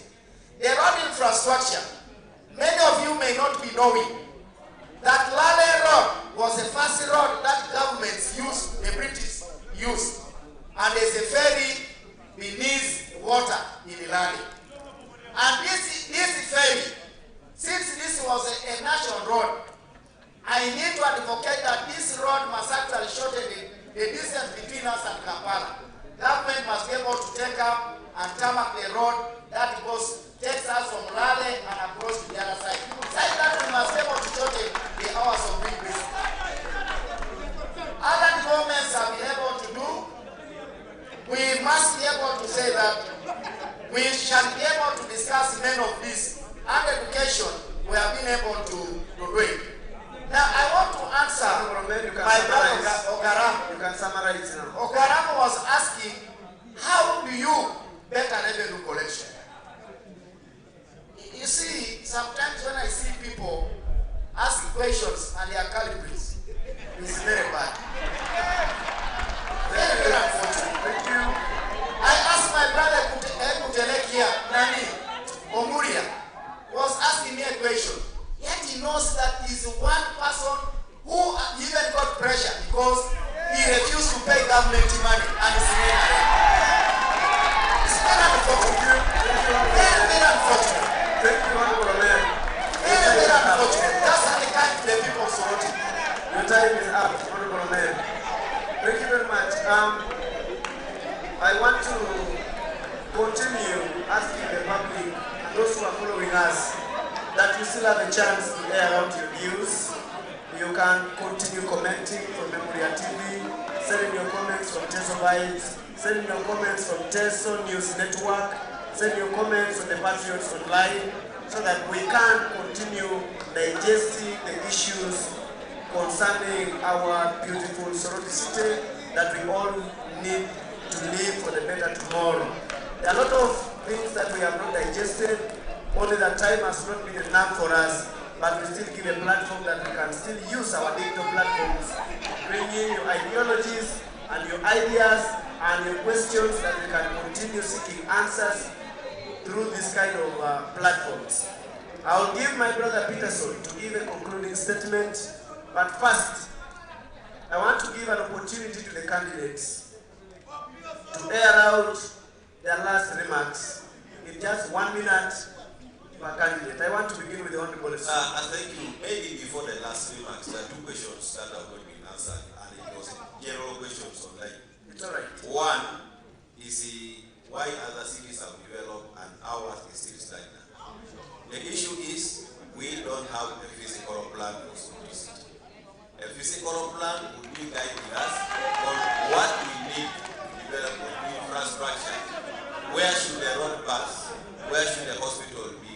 It would even be easier for us to know when we have a physical plan. We have lost business with the universities. When students of engineering come to Soroti City, they ask for a physical plan so that they can develop their projects. But because we don't have them, it makes it difficult for government to plan for us. Then the two, they talked about these roadside sellers, these women of Bogoya. As a businessman, I feel so bad because those women have suffered a lot. Their tax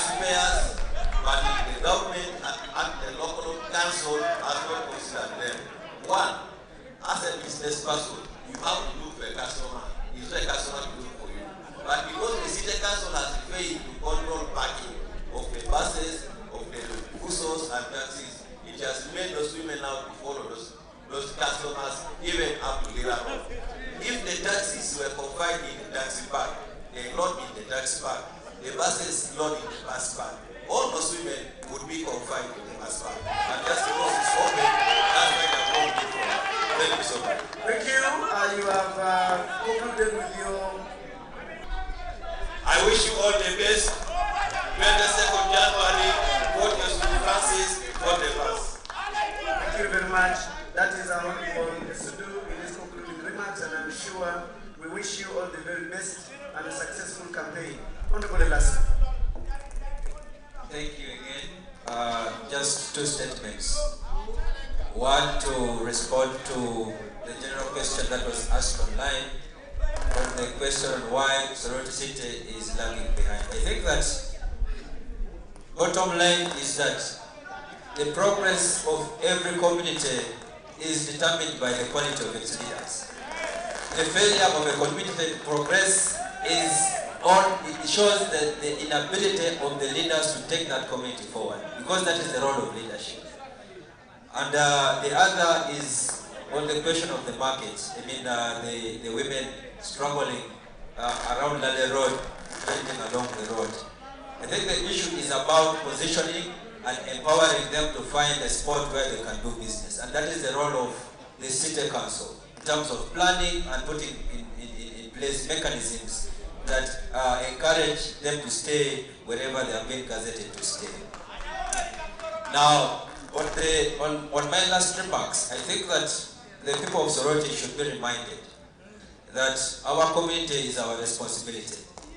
I think that it is time for us to give opportunity to leaders who are ready to take on our challenges head on. Leaders who are not masters in blame game, telling lies and propaganda, because lies, propaganda and excuses will not take us forward as a community. It is time for us to give opportunity to people with new ideas, with energy, with the skills and the exposure to propel our people. We cannot teach old dogs new tricks. We need to give opportunity to people who have been exposed and are willing to take on the leadership of our society. Not leaders who are looking for retirement. They are tired and perhaps feel they have nowhere to work. Those are going to be a liability to our progress as a community, because no miracle will happen. I conclude by wishing all of us a Merry Christmas and a Happy New Year. And please allow the Holy Spirit to guide you, because like your ears have been allowing you to listen and your eyes have enabled you to see, there is no better choice than the Lasso Edmond, like it or not. Do not allow the devil to mislead you. May the Holy Spirit bless all of you. I thank you for coming, and God bless all of you. Merry Christmas and a Happy New Year too, Honorable Elasu. What I have taken home from you is that you cannot teach all the dogs the new tricks. Honorable, thank you very much. Yes. There's a general question.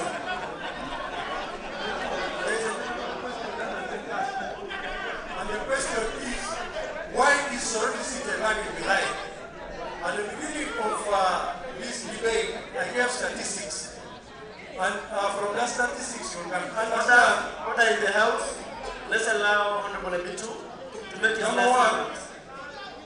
Number one is that Soroti City has to become clean fast. As a marketeer, you must have first your product arranged well. Then you advertise, then you market your city. Now, Soroti City is not positioned. When you look at Mbale, it has positioned itself as a manufacturing city. When you look at Lira, it has positioned itself as a progress industry. When you look at Koima, it has positioned itself as a tourism city. First, we need to identify where our strength is. Then we market our city according to where our strength is. That is what is very important. So me as a specialist, I can do lobbying, a lot of lobbying, and market the city. And bring in manufacturing so that we increase investments into this city, then the city will grow. Without increasing investments into the city will not grow. But we should also be politicized. Leadership. Leadership is your time is up. we can still give you 30 minutes to wind up. You were building on your statements. Yeah, I mean 30 seconds, sorry. 30 seconds. Yes. We need to depoliticize leadership. We need a leader and not a politician to develop Soroti. We need a lobbyist to develop Soroti. We need somebody who understands growth, development, and that development is all inspired by good leadership and knowledgeable leadership. And that is the quality you'll find from my exposure internationally and globally. Thank you so much. Thank you very, very much, Honorable Lebitu. Thank you very much for responding to our call. We wish you the very best in your campaigns and wish you a Merry Christmas and a Happy New Year. Honorable Pio. Thank you so much. For a city to strive, we need good leaders who work for the people, who value people. We need partnerships. We need to plan and develop infrastructure. We need a clean city. We need to invite investors to come, and the city will flourish. Now, over the women who are moving along Lare Road, the first issue is we need to organize them, sit them down, talk to them, register them, issue uniforms or IDs, and gazette trade zones where we can put those ladies to perform the business, and we will stop the roaming around. Dear my people of Soroti City, ladies and gentlemen, I am sitting in front of you not as a stranger, but as a leader, one of you who has walked through the grassroots. I have the experience, I have the energy to take you through this great moment that we need an immediate change to be seen in our city. That's why I tell and I say to you, leadership requires a heart. I request of you to stand behind my candidature so that I'll be able to deliver the required term limits. Finally, when it comes on 2nd of January, please vote Opio John Emmanuel, vote a humble leader, vote peace, because your voice is your city and your future. May God bless you and indeed bless you. Thank you very much. Thank you so much. Bless you too. Your vote is your city and your vote is your future. We want to thank you for the discipline, Honorable Pio. We want to thank you for the response to our call. And we want to wish you a successful campaign and happy New Year and everything in your campaign. I want to give the microphone to the Honorable Mayor to make his last speech. First and foremost, I want to thank my brothers that I think let us continue with our friendship when we are planning to leave the city. I want to say that Soroti we want is a Soroti that should be inclusive. Soroti we want, Soroti that must have people who love Soroti. Soroti that we want must be a Soroti that must be able to listen to us, explain and do things. I want to say that the women, the last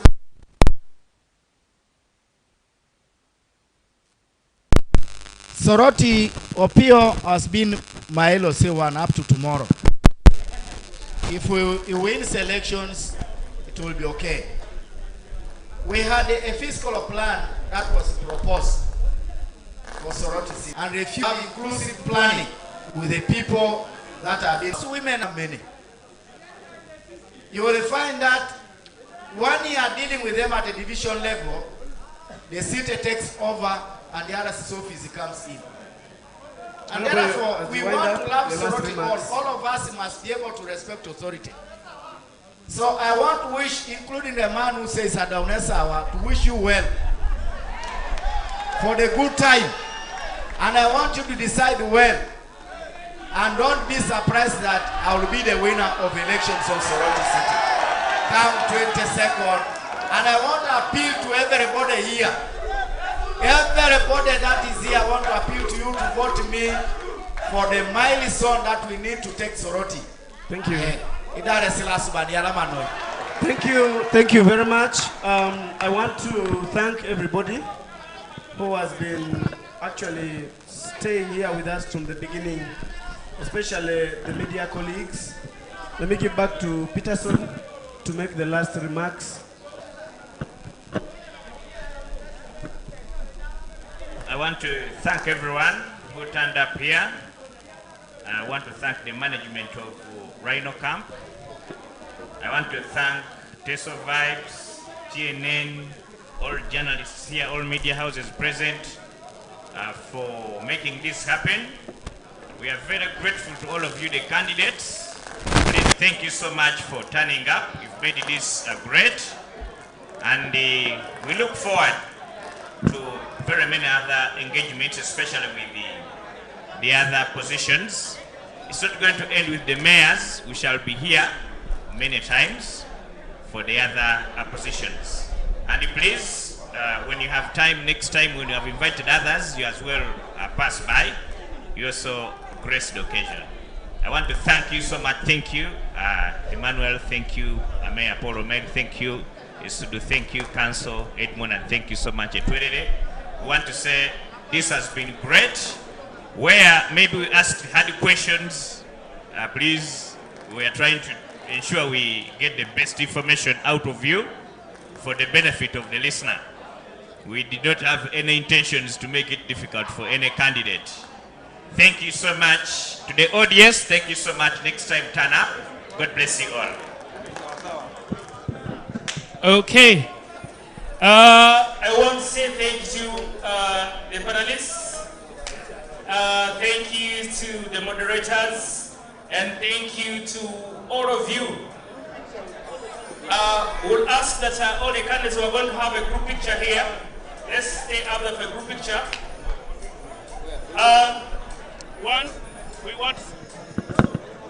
We want to say thank you to the multimedia platforms that you've been watching us at. Thank you very much for being very good viewers. We take very seriously your questions. We shall have them answered. We want to say thank you to Rhino Camp for hosting us. Next weekend, next Friday, we shall be having the Women MP debate at the same venue and everywhere. Kindly. And that's how it's going to be. The other one is that the panelists will be escorted by our security team to one area. They'll go and rest a little bit and have some presentaries. And finally, we are not judges. You are the judge. You've had it all. You are going to make an informed decision for the betterment of Soroti City. You want it propelled, bring and take your vote in a rightful manner. I also want to say big ups to the team that came from Serere, Kagwara, especially the Mayor Kagwara, thank you very much. Engineer Ongurucho, thank you very much. Honorable Anoko Patrick and Soroti City West, thank you very much for your presence. Honorable Eyobu Samuel, Soroti City West Mayor, and then Honorable Asio Grace, thank you very much. Ladies and gentlemen, for tonight, we want to wish you the best of the night and the best of the weekend. God bless you. See you next Friday. We shall be having the Women Member of Parliament live here. It's been me, your host, Virgin P. A.K. Peter Koro. God bless you. And I love you all. See you when you can't avoid us.